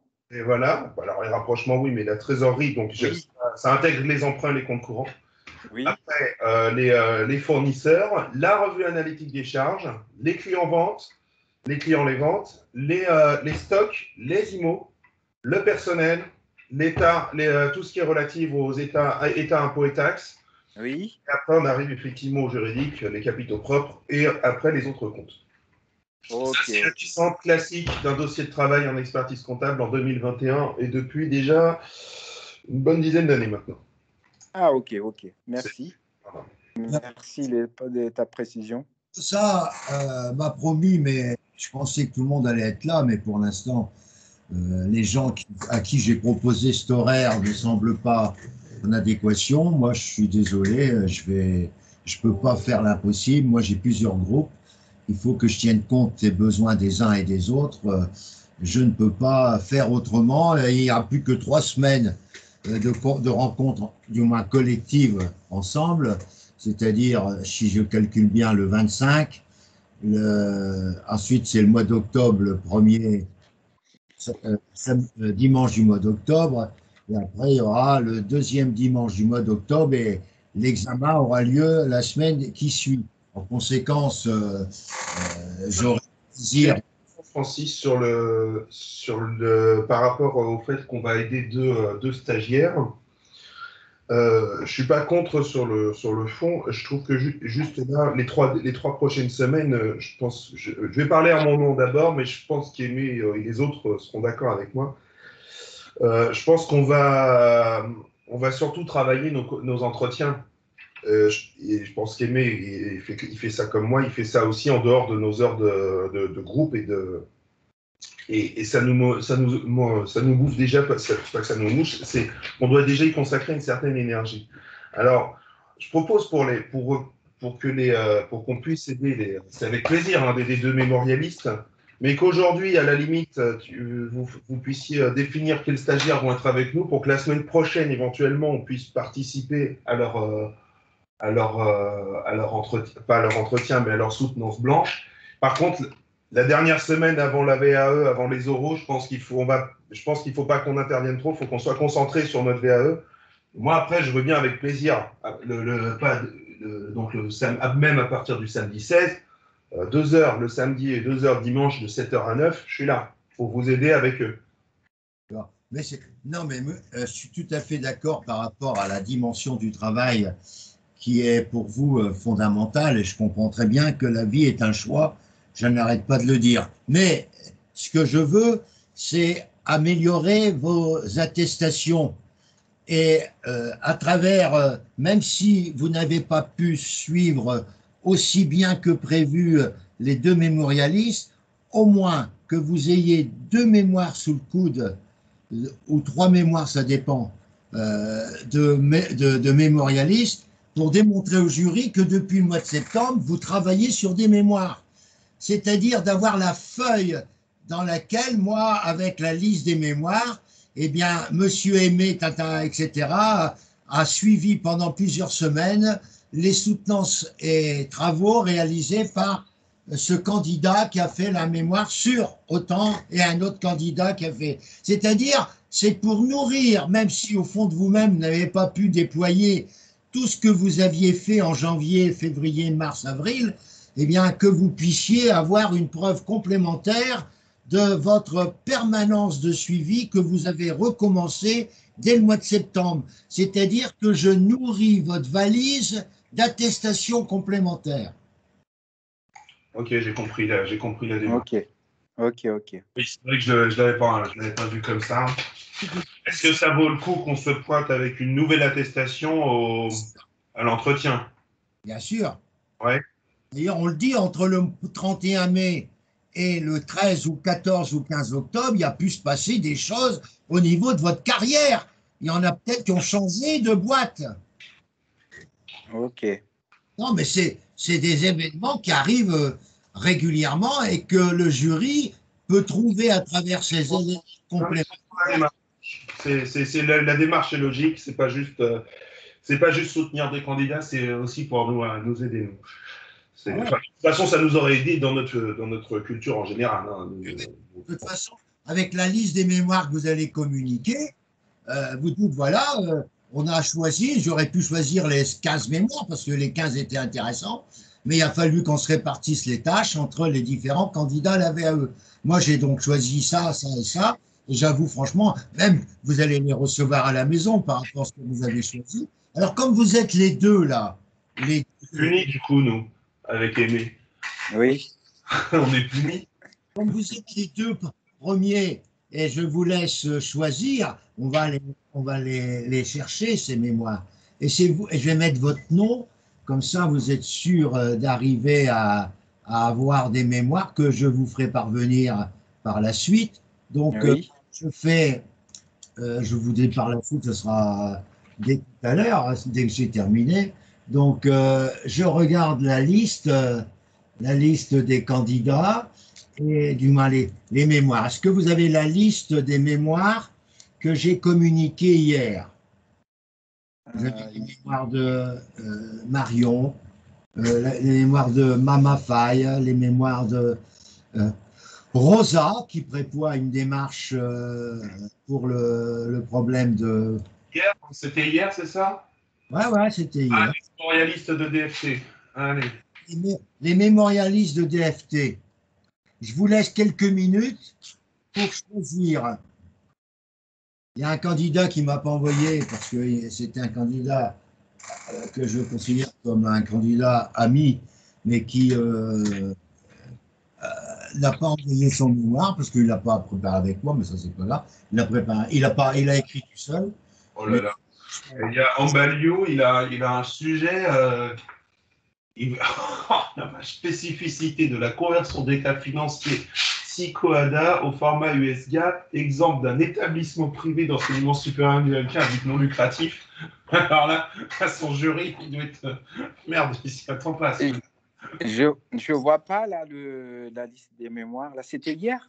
Fichier Word hier, le 18/09/2021 à 16h56. Envoyé, je vais vous le renvoyer. Ok. Non, c'est bonjour, dans le mail, c'est bonjour, voilà le programme des réjouissances pour votre serviteur. C'est bizarre. À 16h. 16h59. Alors, je vais regarder si tu es dedans. Ah ben non, Francis masque tout le monde. Il y a peut-être que moi qui l'ai. Hein. Actualité, dossier, c'est où? Donc, on va regarder ça. Ne pas peur, tu vas le recevoir. Donc, hop, je fais DEC-VAE. Vidéo samedi matin. Démarche. Moi, diplôme d'expert clinique. je vais chercher ces mémoires. Mémoire à suivre. Là, je vais chercher l'UV3. La séance groupe. Là, j'ai mémoire. Et après, j'ai... Alors, tu me diras si tu as reçu. C'est des thèmes assez pointus qui ne peuvent que favoriser votre présence devant le jury, compte tenu des thèmes très variés qui ont pu être écoutés, même si ce n'est pas vrai.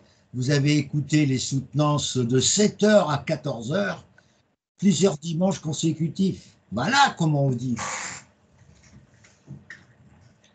Moi, j'aime bien celui de Julie Lorgue, télétravail, fondements et défis managériaux au sein d'un cabinet de comptable de proximité. Comme c'est toi qui es là, je vais te mettre tout de suite. Je vais remplir mon dossier là, DEC novembre. Je vais chercher. Alors, par contre, aujourd'hui, je ne vais pas participer.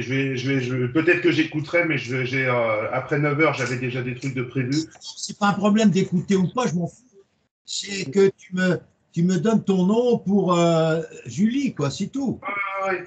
Non, comme ça, je sais à qui je dois envoyer le mémoire pour que tu le parcours quand même, tu comprends? Ah oui, c'est ça. Okay. Il faut avoir lu le mémoire pour poser des questions. Et celui de Syrah aussi.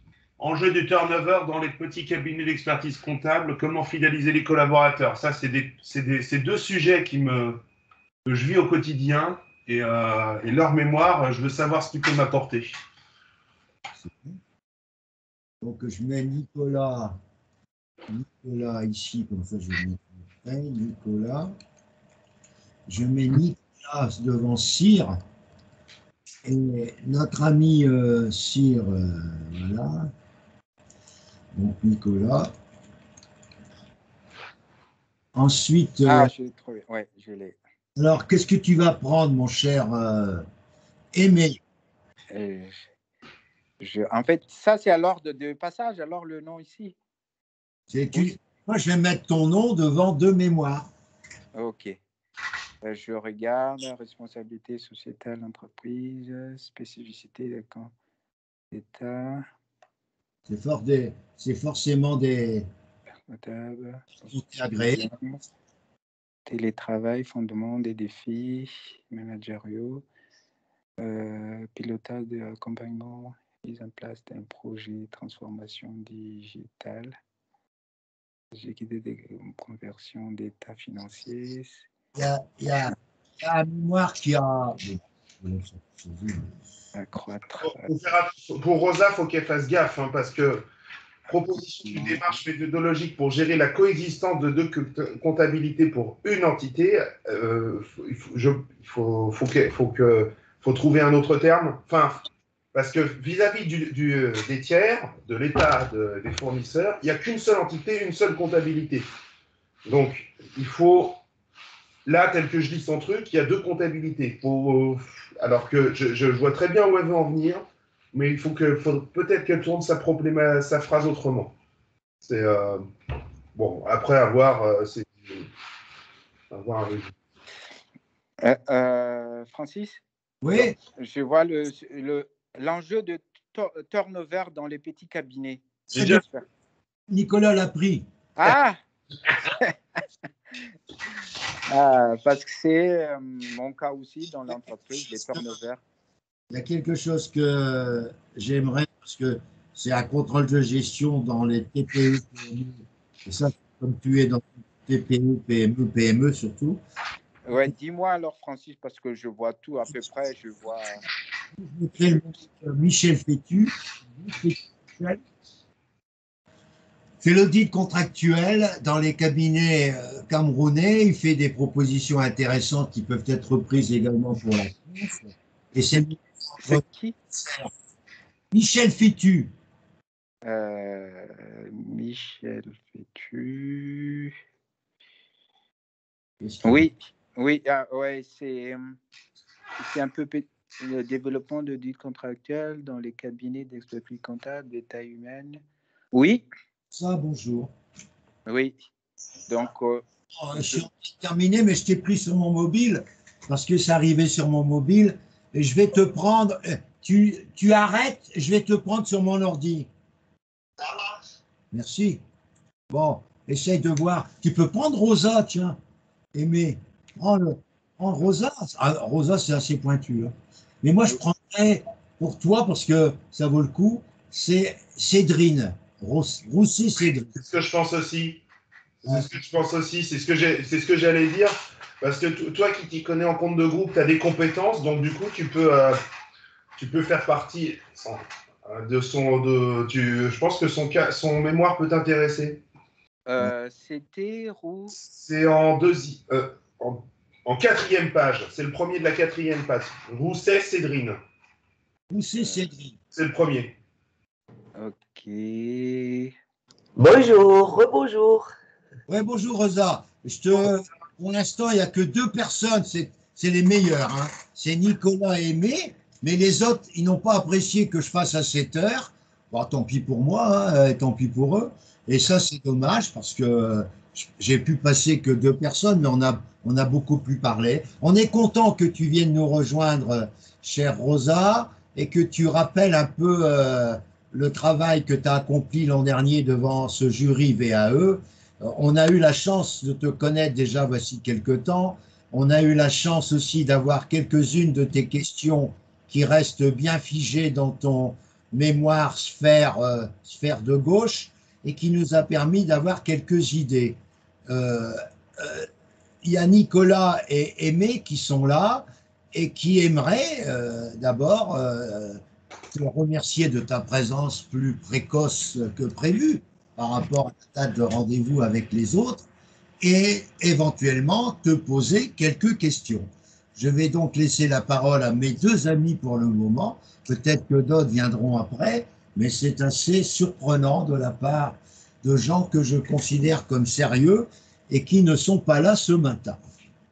Mais ça fait partie, bien sûr, des surprises permanentes que nous rencontrons. Alors, on continue. Alors, Aimé, et puis moi, je ne vais pas poser des questions à votre place, c'est vous qui avez besoin. Oui. Bonjour Rosa. Bonjour. On te remercie pour ton retour sur le retour que tu as fait à Francis sur les questions que tu as posées le jury. Ça nous a permis de travailler dessus aujourd'hui avec Aimé et de pouvoir vraiment approfondir vraiment l'aspect professionnel et pas juste théorique de la VAE. Est-ce que tu te souviens d'autres questions et est-ce qu'il y a des moments où tu t'es senti plus mal à l'aise que d'autres par rapport à certaines questions? Alors, en fait, avec le recul, et même dès que je suis sorti de l'entretien, moi j'ai eu le sentiment que ça s'était moyennement passé en fait. Et effectivement, par rapport à des questions qu'ils avaient posées, et ce que j'en ai tiré par la suite, si j'ai un conseil à vous donner, c'est à vous de pointer dans votre présentation, dans les 10 minutes, je pense que s'il y a des annexes pertinentes, enfin, je ne doute pas qu'il n'y ait que des annexes pertinentes dans votre dossier, mais de les mettre en lumière vis-à-vis du jury qui n'a peut-être pas eu le temps de consacrer à votre dossier, à votre livret 2, toute l'attention que vous pensez qu'ils ont donnée. Je m'explique. J'avais dans mon dossier des attestations de commissaires aux comptes, d'avocats fiscalistes, etc. Et je pense que, par exemple, ça, j'aurais dû le mettre en avant en disant, par exemple, pour justifier la déontologie, que j'appliquais toujours en entreprise ce que j'avais appris en cabinet, que j'étais toujours en contact avec les commissaires aux comptes, par exemple, et que donc, à cet effet, il y avait dans mon livret 2, comme ils avaient pu le constater, les attestations de messieurs, un tel et un tel, avec les fonctions qui avaient fait des attestations en ma faveur sur la compétence, l'expérience et le fait que j'avais complètement assimilé les attentes d'un commissaire aux comptes, par exemple, et que je n'attendais pas qu'ils viennent et que tout avait été anticipé pour leur venue, ayant anticipé les différentes questions et connaissant bien sûr leur procédure de révision, quoi. Donc voilà, ça, je pense que c'est le conseil principal. Si vous avez vraiment des expériences ou des parties de fonction précises sur ce que vous avez fait, d'essayer d'en parler dans vos 10 minutes. Et parce que je pense que c'est sur ça qu'ils vont vraiment vous interroger derrière pour vérifier ce que vous avez fait ou ils veulent vraiment du détail, sachant qu'ils ne peuvent pas vous poser encore une fois des questions sur les connaissances. Ils vont vraiment chercher à, je pense par exemple en commissariat aux comptes, pour savoir si vous avez fait de la révision légale, ils vont vraiment vous demander, oui, mais alors comment ça se passait, qu'est-ce que vous faisiez concrètement, est-ce que vous restiez au cabinet, qu'est-ce que vous avez, comment vous procédiez. Donc je pense qu'ils attendent vraiment qu'on dise, bah voilà, à la limite, vous permettez de me répondre en mettant ce que vous avez vu sur les différents cours, en disant, par exemple, je sais très bien qu'il y a d'abord l'identification de la société, etc. Enfin, les différentes procédures quand on fait du commissariat aux comptes. Voilà, après c'est vrai qu'il y a eu des questions, parce que justement, en fait, mon dossier était tellement complet comme le vôtre, je suppose, que vous avez mis vos CV, que moi j'avais mis le relevé de carrière, donc il y a quand même... et il y a certaines questions, je ne m'y attendais pas, en fait, parce que pour moi, c'était évident, c'était écrit dans mon dossier. par rapport aux différentes fonctions, à tout ce que j'avais fait. Donc, c'est vrai que ça m'a déstabilisé en fait un petit peu ces questions. Mais encore une fois, si ça peut vous rassurer, je n'étais pas préparé à cet entretien. Je pense que mon défaut a été que je suis quelqu'un qui aime anticiper les choses. Je suis quelqu'un qui, je ne sais pas si vous avez, enfin, je suppose que vous êtes aussi comme ça, mais dans nos fonctions, on ne peut pas laisser la place au hasard et il faut toujours anticiper les deadlines, les choses comme ça. Et forcément, arriver à cet entretien sans avoir, puisqu'il n'y avait rien, moi, quand j'ai passé le DEC par la VAE, je ne savais pas du tout comment ça allait se passer. Il y avait cette part d'inconnu qui déjà m'avait mis dans un état pas très serein en arrivant. Voilà. Wow. Ok. Bon, alors, en cabinet, c'est les collaborateurs qui sont en charge des échéances et qui gèrent qui doivent s'organiser pour y faire face, et les chefs de cabinet de managers qui font face quotidiennement que à des imprévus. Mais alors non, mais c'est bien c'est bien ton ressenti, parce que c'est du coup comme ça qu'on a orienté nos questions-réponses aujourd'hui avec Aimé et Francis. Ouais. Et bon, j'espérais qu'on soit un peu plus nombreux pour pouvoir poser encore plus de questions. Mais bon, j'espère. Ils ont bien insisté sur les formations aussi. C'est vrai que pour eux, il était important parce que forcément, quand on présente un dossier par l'expérience, on va mettre en avant notre expérience. Et eux, ils voulaient savoir vraiment, mais est-ce que vous avez fait des formations? Oui, mais en dehors de ce que vous avez fait en interne, est-ce que vous avez fait des formations externes? J'ai un petit peu suivi quand même ce que Francis proposait que vous disiez lors de vos entretiens. Je pense que c'est la bonne option de dire que vous avez suivi toutes ces formations, etc. Je pense que tout ça, effectivement, ça jouera en votre faveur. Ah ouais. En ce qui me concerne, est-ce que comme je suis aussi stagiaire, est-ce que tu crois qu'ils peuvent me demander pourquoi ne pas être allé au bout du diplôme traditionnel? Bien sûr, je pense que c'est tout à fait une question qu'ils risquent de te poser. D'accord. Je vais m'y préparer à celle-là. Je pense que c'est celle qui peut me faire tomber, ça. Bon, je vais laisser la place à Aimé. Oh, ok.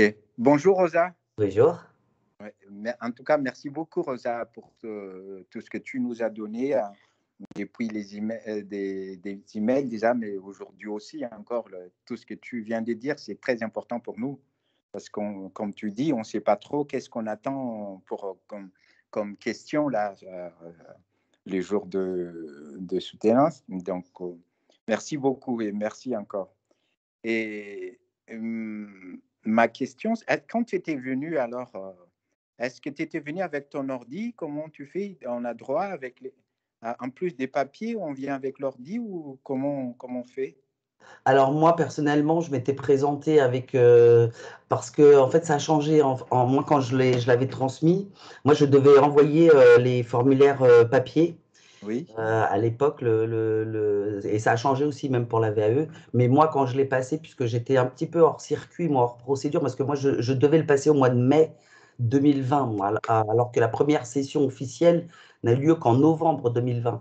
Donc moi, quand j'avais déposé en janvier 2020, on m'avait demandé, moi j'avais eu un courrier du siècle pour me dire que je devais, en juillet 2019, pour me dire que je devais déposer avant le 30 janvier 2020 les différents formulaires papier. Donc moi, je suis arrivé avec mes documents papier, je ne suis pas arrivé avec l'ordinateur. Ok. Mais j'envisage là, par exemple, pour ma présentation du mois de novembre, de faire un PowerPoint. Ok. Et sinon, du côté, comme je crois que tu as mis une notice là dans ton livret 2. Non. Non, non, alors… Parce que là, tu vas faire un mémoire. Oui, non, il est déjà fait, mon mémoire. Alors, tu n'étais peut-être pas à la première réunion où j'étais intervenu auprès des dossiers VAE de Francis. En fait, j'avais expliqué à l'époque que, en fait, au mois de janvier, quand il y a eu les résultats de la VAE, le jury peut te conseiller de repasser les UV qu'il te manque par la voie classique. Ah, Donc, c'est ce qui m'est arrivé. C'est-à-dire qu'ils m'ont donné l'UV2 et préconisation du jury, il était indiqué que les 2 UV manquantes devaient être passées selon le parcours classique. Donc forcément, moi j'étais un petit peu perdue à savoir qu'est-ce que ça voulait dire. Je me suis mise en contact avec le centre des examens, le SIEC, qui m'a expliqué qu'effectivement, en fait, il y aurait un formulaire d'inscription spécifique pour les gens ayant subi la VAE et que je n'avais pas besoin de faire le stage des 3 ans, parce que bon, moi, je me disais, examen par la voie classique, ça veut dire quoi? Ça veut dire qu'il faut que je reparte 3 ans au cabinet. Enfin, j'étais un petit peu déstabilisée par leur Oui, préconisation. Donc, j'ai cherché les informations près du centre des examens qui m'a donc expliqué cela en me disant, bah voilà, comme vous avez l'UV1 à passer, bah, l'UV1, vous ne pouvez pas la présenter là au mois de mai. Et puis, bah, si vous ne l'avez pas au mois de novembre. Et par contre, pour l'UV3, il faut faire une notice d'agrément 6 mois avant la présentation. Donc, de toute façon, pour le mois de mai, vous ne pouvez pas le faire. Enfin, vous ne pouvez pas présenter l'UV3 au mois de mai. Il faut que vous déposiez d'abord votre notice avant début mai pour pouvoir espérer le passer au mois de novembre. Donc, c'est ce que j'ai fait. Derrière, je crois que les résultats, c'était le 8 janvier. Donc, dès que j'ai eu mes réponses du centre des examens, bah, j'ai embrayé sur la notice, sur mon sujet, et que j'ai déposé en mars. Et j'ai eu un retour mi-avril. Avril, bah, j'étais sur toutes les révisions de l'UV1, tout ce que Francis vous préconise également, les carrés du DEC par cœur, enfin bref, les codes de déontologie et compagnie, pour aller passer à la foire des expositions de Versailles, donc l'UV1, comme tout le monde, début mai. Et ah, ok. donc je l'ai présenté début mai et j'ai eu les résultats comme tout le monde en juin, la fin juin, et je l'ai eu, voilà. Tout ça pour dire qu'en fait, quand vous commencez un parcours VAE, vous serez toujours en parcours VAE. Donc moi j'ai eu l'UV2 par la VAE, donc ensuite quand j'ai présenté mon UV1, l'UV1, et même si je ne sais pas en fait si aujourd'hui, si j'ai eu 12, si j'ai eu 13, si j'ai eu 11, si j'ai eu 10 à l'UV1, vous allez passer, quand vous êtes dans le processus VAE, vous restez dans le processus VAE, même si vous allez passer des épreuves par la voie classique en tant que candidat ayant subi la VAE. Donc votre note, il la transforme au moment où le jury national se retrouve. Votre note est transformée en acquis VAE ou pas acquis, quoi, en fait. Ah, Je ne sais pas si je suis ok. clair. Il n'y a pas de Ah oui, oui. compensation, si tu veux, même si tu as eu, dans mon cas, de toute façon, ça n'avait aucune importance vu que l'UV3, tu dois avoir 10, mais en supposant qu'il m'avait manqué l'UV1 et l'UV2, et que le jury m'ait préconisé d'aller passer ces 2 UV par le diplôme traditionnel, je n'aurais pas pu compenser si j'avais eu un 12 avec un 8 d'une UV2, quoi. C'est où vous êtes obligé en fait d'avoir 10 si c'est ce que vous préconise le jury, puisque vous êtes considéré comme un candidat ayant subi la VAE. Ok, ok. Ouais, merci. Merci, Rosa. C'est vraiment. Enfin, si c'est pas clair, pas clair, tu n'hésites pas, hein, parce que j'avoue que moi au début, Non, j'avais un petit peu de mal à assimiler, enfin, c'était bizarre. non, en fait, c'est effectivement, donc là, je sais pas trop parce que là, j'ai la notice dans mon dossier, livret 2. Donc, j'aimerais savoir qu'est-ce qu'ils vont dire de la notice. Est-ce qu'ils vont me demander de faire un mémoire ou pas? Donc, on verra alors. Tu as fait une notice dans ton livret 2, mais je suppose que tu as fait un petit mini mémoire derrière sur ta notice, non? Oui, oui, oui, oui, Ah, c'était bah validé. voilà. Donc, Donc, il y a Francis qui a validé, donc c'est parti. Et je ne sais pas qu'est-ce qu'ils vont faire sur ça, s'ils ont dit oui, c'est bon, ou il faut pas, il faut finir le mémoire. non, je pense qu'il faut que tu mettes en avant le fait que tu as fait ça. Oui, C'est-à-dire dans tes 10 minutes, où tu dois présenter ton livret 2 après ton parcours. Et il faut bien scinder, bah voilà, pour l'UV1, vous allez trouver ceci dans mon livre. Vous avez dû voir ceci dans mon livret 2.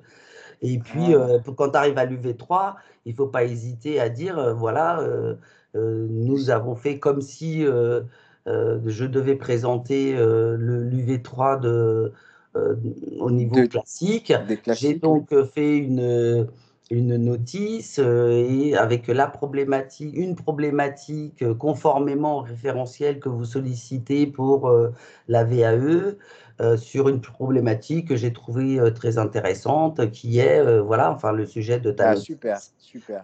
Moi, personnellement, c'est ce que j'aurais fait avec, enfin, toi, Oui, avec oui, recul. ça m'a donné beaucoup d'idées, là, c'est ce que tu viens de dire, parce que je n'ai pas pensé du tout comme ça. Parce que là, comme ça, je peux canaliser un peu par rapport à ça. Bah, c'est ce que je vous disais Oui, enfin, au oui, début de mon intervention. Je pense que vous devez pointer justement vos documents qui sont importants. Donc, je pense voilà, que tu as dû passer énormément de temps à faire cette notice, à essayer oui. de faire ton exposé. Donc, alors, par rapport à ça, la question qui m'a été posée, je ne sais pas si je l'avais mis dans le mail, mais du coup, elle me revient en te parlant. Pensez-vous Par que votre rapport- problématique puisse servir à la profession? Ou c'est essentiellement des Exactement. pièces Ouais. et c'est vraiment vous qui avez écrit tout cela? Oui, et donc il risque de te demander tout à fait. Alors tout à fait, ça je vois bien la question en fin de. Et est-ce que votre problématique, vous pensez qu'elle peut servir la profession? Alors là, je ne sais pas. Il faudrait demander à Francis parce que Oui, je ne sais pas si c'est à double tranchant. Je m'explique. Quand j'ai dit oui, oui, oui, moi ma problématique, elle va servir puisque je n'ai pas trouvé la réponse dans les différents textes et autres existants à ce jour et que ça pourrait donc forcément aider les.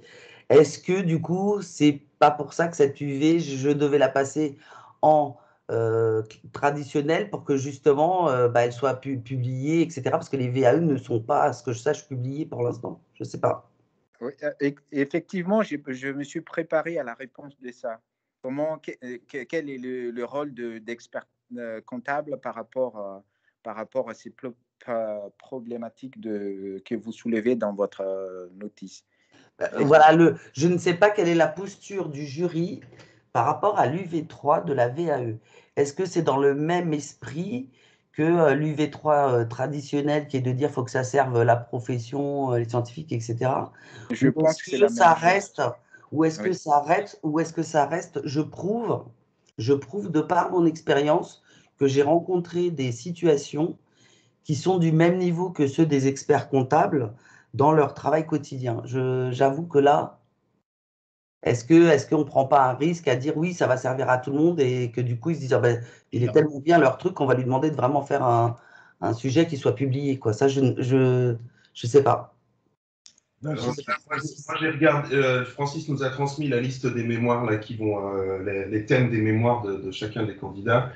Je pense que si on t'a demandé de le faire, c'est parce qu'il est curieux de savoir ce que ça va apporter à la profession. Parce que la proposition d'une démarche méthodologique pour gérer la coexistence de deux comptabilités pour une entité, mais enfin, je suis désolé, mais ça, c'est pas, ça existe déjà. Enfin, c'est de la comptabilité d'établissement. Non, pas tout à fait. En Ah, fait, en fait, face à la loi, tu n'as qu'une seule compta à présenter. Tu as une entité, une seule. Enfin, tes tiers, le fisc, les organismes sociaux, c'est une seule compta en face. Peu importe après que tu en fasses une ou 10 et que oui, tu fusionnes et que tu recombines le tout à la fin. Mais à la fin, c'est qu'une seule compta. Alors, tu peux gérer c'est pour ça que je dis c'est des comptabilités d'établissement. Je ne sais pas ce que tu peux apporter à la profession avec un tel sujet. Hein. et ben en fait, tu mets en place quelque chose qui existe, tu expliques, parce que là, en fait, c'est un petit peu plus compliqué que ça, si tu veux, c'est qu'il y a eu euh, la société a vraiment continué son activité économique et sur son système informatisé indépendant qui allait jusqu'à l'édition des balances et autres sur son système. Oui, ça s'appelle une comptabilité d'établissement. Après, ça remonte soit en total, soit en détail, soit en balance dans la compta de celle qui présente son bilan. Oui, bien sûr. Non, mais bien sûr qu'après, tu fais une balance fusionnée, c'est ce qui est expliqué. Mais si tu veux, il n'y a pas aujourd'hui de mode opératoire pour s'assurer que tu passes tous les examens du fichier des écritures comptables, l'examen de la piste d'audit fiable. Comment tu fais? Tu fais une seule piste d'audit fiable, tu en fais deux, documentation piste d'audit fiable, tous ces trucs-là, en fait. non. Fiable, je vais mettre ça entre parenthèses, mais je vais l'analyse du fake éventuellement, mais ça, encore une fois, c'est pareil. Tu peux être, normalement, c'est un seul fake, c'est un seul fake à la fin. Donc tu remontes, tu peux fusionner les deux, peut-être. C'est bon, mais ça, tu peux pas en faire un mémoire de ça. Si, parce que justement, alors moi j'explique, j'ai rencontré la situation dans ma vie professionnelle. Et en fait, nous avons fait 2 fichiers des écritures comptables. Nous avons eu des contrôles fiscaux derrière qui ont été validés et acceptés. Donc, justement, c'est bien pour ça que je fais un mémoire là-dessus. C'est bien, c'est bien. Bon, Nicolas, tu es un peu sévère et tu n'as pas pénétré. Tu aurais dû prendre le mémoire de Rosa pour bien comprendre toute la démarche. Je voudrais revenir sur quelques petits conseils découlant de votre conversation. Premièrement, tous les candidats VAE, vous devez recenser, d'après vous, les points faibles sur lesquels vous pouvez être en difficulté. Je vais prendre Nicolas, c'est le problème du commissariat. Il va falloir qu'il renforce à fond son expérience d'expert comptable en herbe vis-à-vis du commissaire aux comptes et qu'il a apprécié de plus en plus la nouvelle orientation des commissaires aux comptes depuis le début de cette année, mise en musique par M. Yannick Olivier. Deuxième remarque importante, pour aimer. Aimer, son point faible, c'est bien sûr aussi la révision légale, même s'il a des rencontres avec le commissaire aux comptes. Et pour revenir à sa proposition de notice, c'est une arme à double tranchant. En effet, comme il a fait une notice, moi, si j'étais membre du jury, je l'ai dit à Aimé, faire une notice, ça montre bien sûr ta bonne volonté de répondre aux objectifs de l'UV3, mais en même temps, ça laisse la proie au jury de te proposer de faire cette notice réellement et de présenter un mémoire pour l'année 2022. Ça, c'est un risque. À toi, justement, d'éviter que ce mémoire soit demandé, en rappelant que ton travail a été de consister justement à mettre en place une notice qui a nécessité un certain nombre d'heures pour être cohérent et montrer que je suis capable de pouvoir faire une réflexion sur une problématique qui peut servir la profession. Ça, c'est évidemment très important. Ok. Autre chose, pour notre ami Nicolas, qui se met la question en tête en disant « Mais monsieur, vous étiez stagiaire, pourquoi vous n'avez pas passé les épreuves additionnelles ?» Il y a plusieurs raisons. D'abord, des raisons familiales qui, à mes yeux, sont aussi importantes et plus que des raisons professionnelles. Être papa de 3 enfants de bas âge, ça nécessite un partage avec le conjoint de nos activités, de nos permanences, et j'en passe et des meilleurs. J'ai voulu privilégier dans un premier temps la vie de famille et surtout l'éducation de mes 3 enfants. La deuxième raison, c'est que j'ai eu de plus en plus de responsabilités et que ces responsabilités m'ont mis en phase de plus en plus avec des situations qui demandaient de plus en plus de technicité. Ce qui m'a obligé, à titre personnel, à lire beaucoup, à suivre des webinaires, à suivre des formations. Et justement, les formations que j'ai suivies depuis 1 an dans le cadre de cette formation au DEC traditionnel m'a renforcé dans l'idée que l'expérience, c'est une véritable richesse. Et que tous les jours, je m'en aperçois. Tous les jours, j'apprends des choses nouvelles. Je suis un adepte de la formation permanente. Et je considère que passer la VAE, ce n'est pas un problème. Je n'ai aucun complexe. Car pour moi, quand on fait une expérience chez un client, on ne doit pas avoir 10 sur 20, on doit avoir 20 sur 20. Et quand les gens passent le DEC traditionnel, avec tout le respect que j'ai pour les difficultés et la valorisation de ce diplôme, mais on leur demande pour être admis, on ne leur demande pas d'avoir 20 sur 20, on leur demande d'avoir 10 sur 20. Et moi, je considère que finalement, avec le recul, malgré l'âge que j'ai, qu'on peut considérer que je suis jeune, ce n'est pas la longueur de la durée d'activité qui compte, c'est la richesse de la diversité des activités réalisées. Et c'est sur là-dessus que je voulais vous dire que moi, j'ai une profonde admiration pour ceux qui arrivent à démontrer par leur expérience qu'ils ont su répondre à tous les problèmes des référentiels nécessaires à un diplôme comme celui du diplôme d'expertise comptable. Donc, à un moment donné, par l'accumulation de nouvelles richesses pratiques et théoriques que j'ai accumulées durant ces dernières années, je me suis dit, mais dans le fond, je vais garder la priorité pour ma famille, mais en même temps, je vais profiter de cette expérience accumulée pour présenter un dossier pour valider cette expérience riche que je rencontre par toutes les responsabilités que m'a confié l'expert comptable, associé principal de ce cabinet. Est-ce que ça va, Nicolas? Ouais, c'est pas mal. Je reconnais que c'est pas mal. Voilà. Donc, Rosa, on te remercie encore pour ta présence et je vais bientôt commencer dans quelques minutes avec le groupe Mémoire, un travail assez important pour moi. Ne seront faits les soutenances que les gens présents. Alors, je vais dire Lionel, Francis, du coup, je vais garder les deux mémoires là que j'ai pris dans la liste, mais je voudrais bien voir celui de Rosa aussi. Je vais faire passer Rosa première après. Tu as le temps à... Première Rosa. C'est parce qu'il y a peu. Je pense que je pense que ce que tu proposes, ça existe déjà, mais je demande qu'à être contredit. Non, mais en fait, c'est justement tout l'intérêt du sujet, c'est comment faire accepter 2 fichiers des écritures comptables, entre autres. Entre autres. Mais moi, je voudrais savoir le autre. Bah, justement, tout est expliqué dans le mémoire. Comment tu fais pour faire accepter par l'administration les 2 fichiers d'écriture comptable avec tes 2 balances. En fait, la société, elle continue à vivre telle qu'elle avec ses balances et tout. Et donc, à la fin, il y a 2 fichiers des écritures comptables. Il y a aussi toute une problématique et que c'est un groupe. Tu appartiens à un groupe et le groupe ne veut pas savoir qu'il y a eu. Ça fait comme si la fusion n'existait pas. Donc, au niveau du reporting, ils veulent les chiffres comme avant la fusion. C'est pour ça que je veux le mémoire, je demande qu'à être contredit. Hein. C'est la même démarche qu'avec mon associé. Quand je trouve une.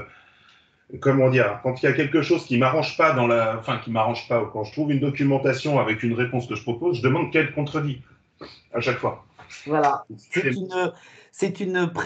Encore une fois, c'est une démarche méthodologique pour apporter une solution à une problématique qui existe et qui existe aussi dans les cas où tu as, par exemple, des migrations de systèmes qui vont durer sur plus d'un exercice. Et donc, en plus, ce mémoire peut être élargi à toutes les problématiques de changement de système d'information ou de migration vers un nouveau système qui aurait des durées supérieures à 1 an. Bien, c'est parfait. Bon, moi, je vais se basant effectivement sur la notion d'établissement, mais c'est un petit peu plus poussé, quoi. Voilà. Bien, je vais donc clore cette séance numéro 6 de notre travail de préparation à l'exposé et à l'épreuve de DEC-VAE qui a lieu le 13, 14 et 15. Pour rappeler les grands principes, vous devez avoir un exposé de 10 minutes. Vous devez être capable d'apporter des éléments convaincants au référentiel que vous avez dû respecter des 3 UV. Vous devez vous préparer à recenser chacun de son côté les points faibles où l'expérience ne paraît pas suffisante pour essayer de mettre une réponse, soit quelque chose qu'aimerait entendre le jury. Quand vous n'avez jamais fait de commissariat et que vous décidez de dire eh bien, j'ai été séduit par le nouveau président du commissaire aux comptes qui transforme à mes yeux l'intérêt du commissariat aux comptes vers une plus grande construction. Il est évident que pour moi, c'est un changement important au niveau duquel je voudrais rappeler que malgré l'expérience qui n'est pas aussi forte en commissariat qu'en expertise, je promets d'avoir une autre image du commissariat, ce qui m'avait jamais pour l'instant trop attiré, mais l'attirance venant, je pense honnêtement pouvoir, d'ailleurs j'ai suivi quelques webinaires de la Compagnie nationale des commissaires aux comptes, service formation, qui est remarquable d'ailleurs ce service, apporte énormément, presque quotidiennement, des informations aux éventuels futurs experts comptables, commissaires aux comptes. Voilà. Merci à tous pour cette première partie de la journée du 19 septembre. La deuxième partie, c'est les 15 mémoires pour lesquelles je vais tenter de faire un exposé de quelques minutes, c'est-à-dire 10 minutes.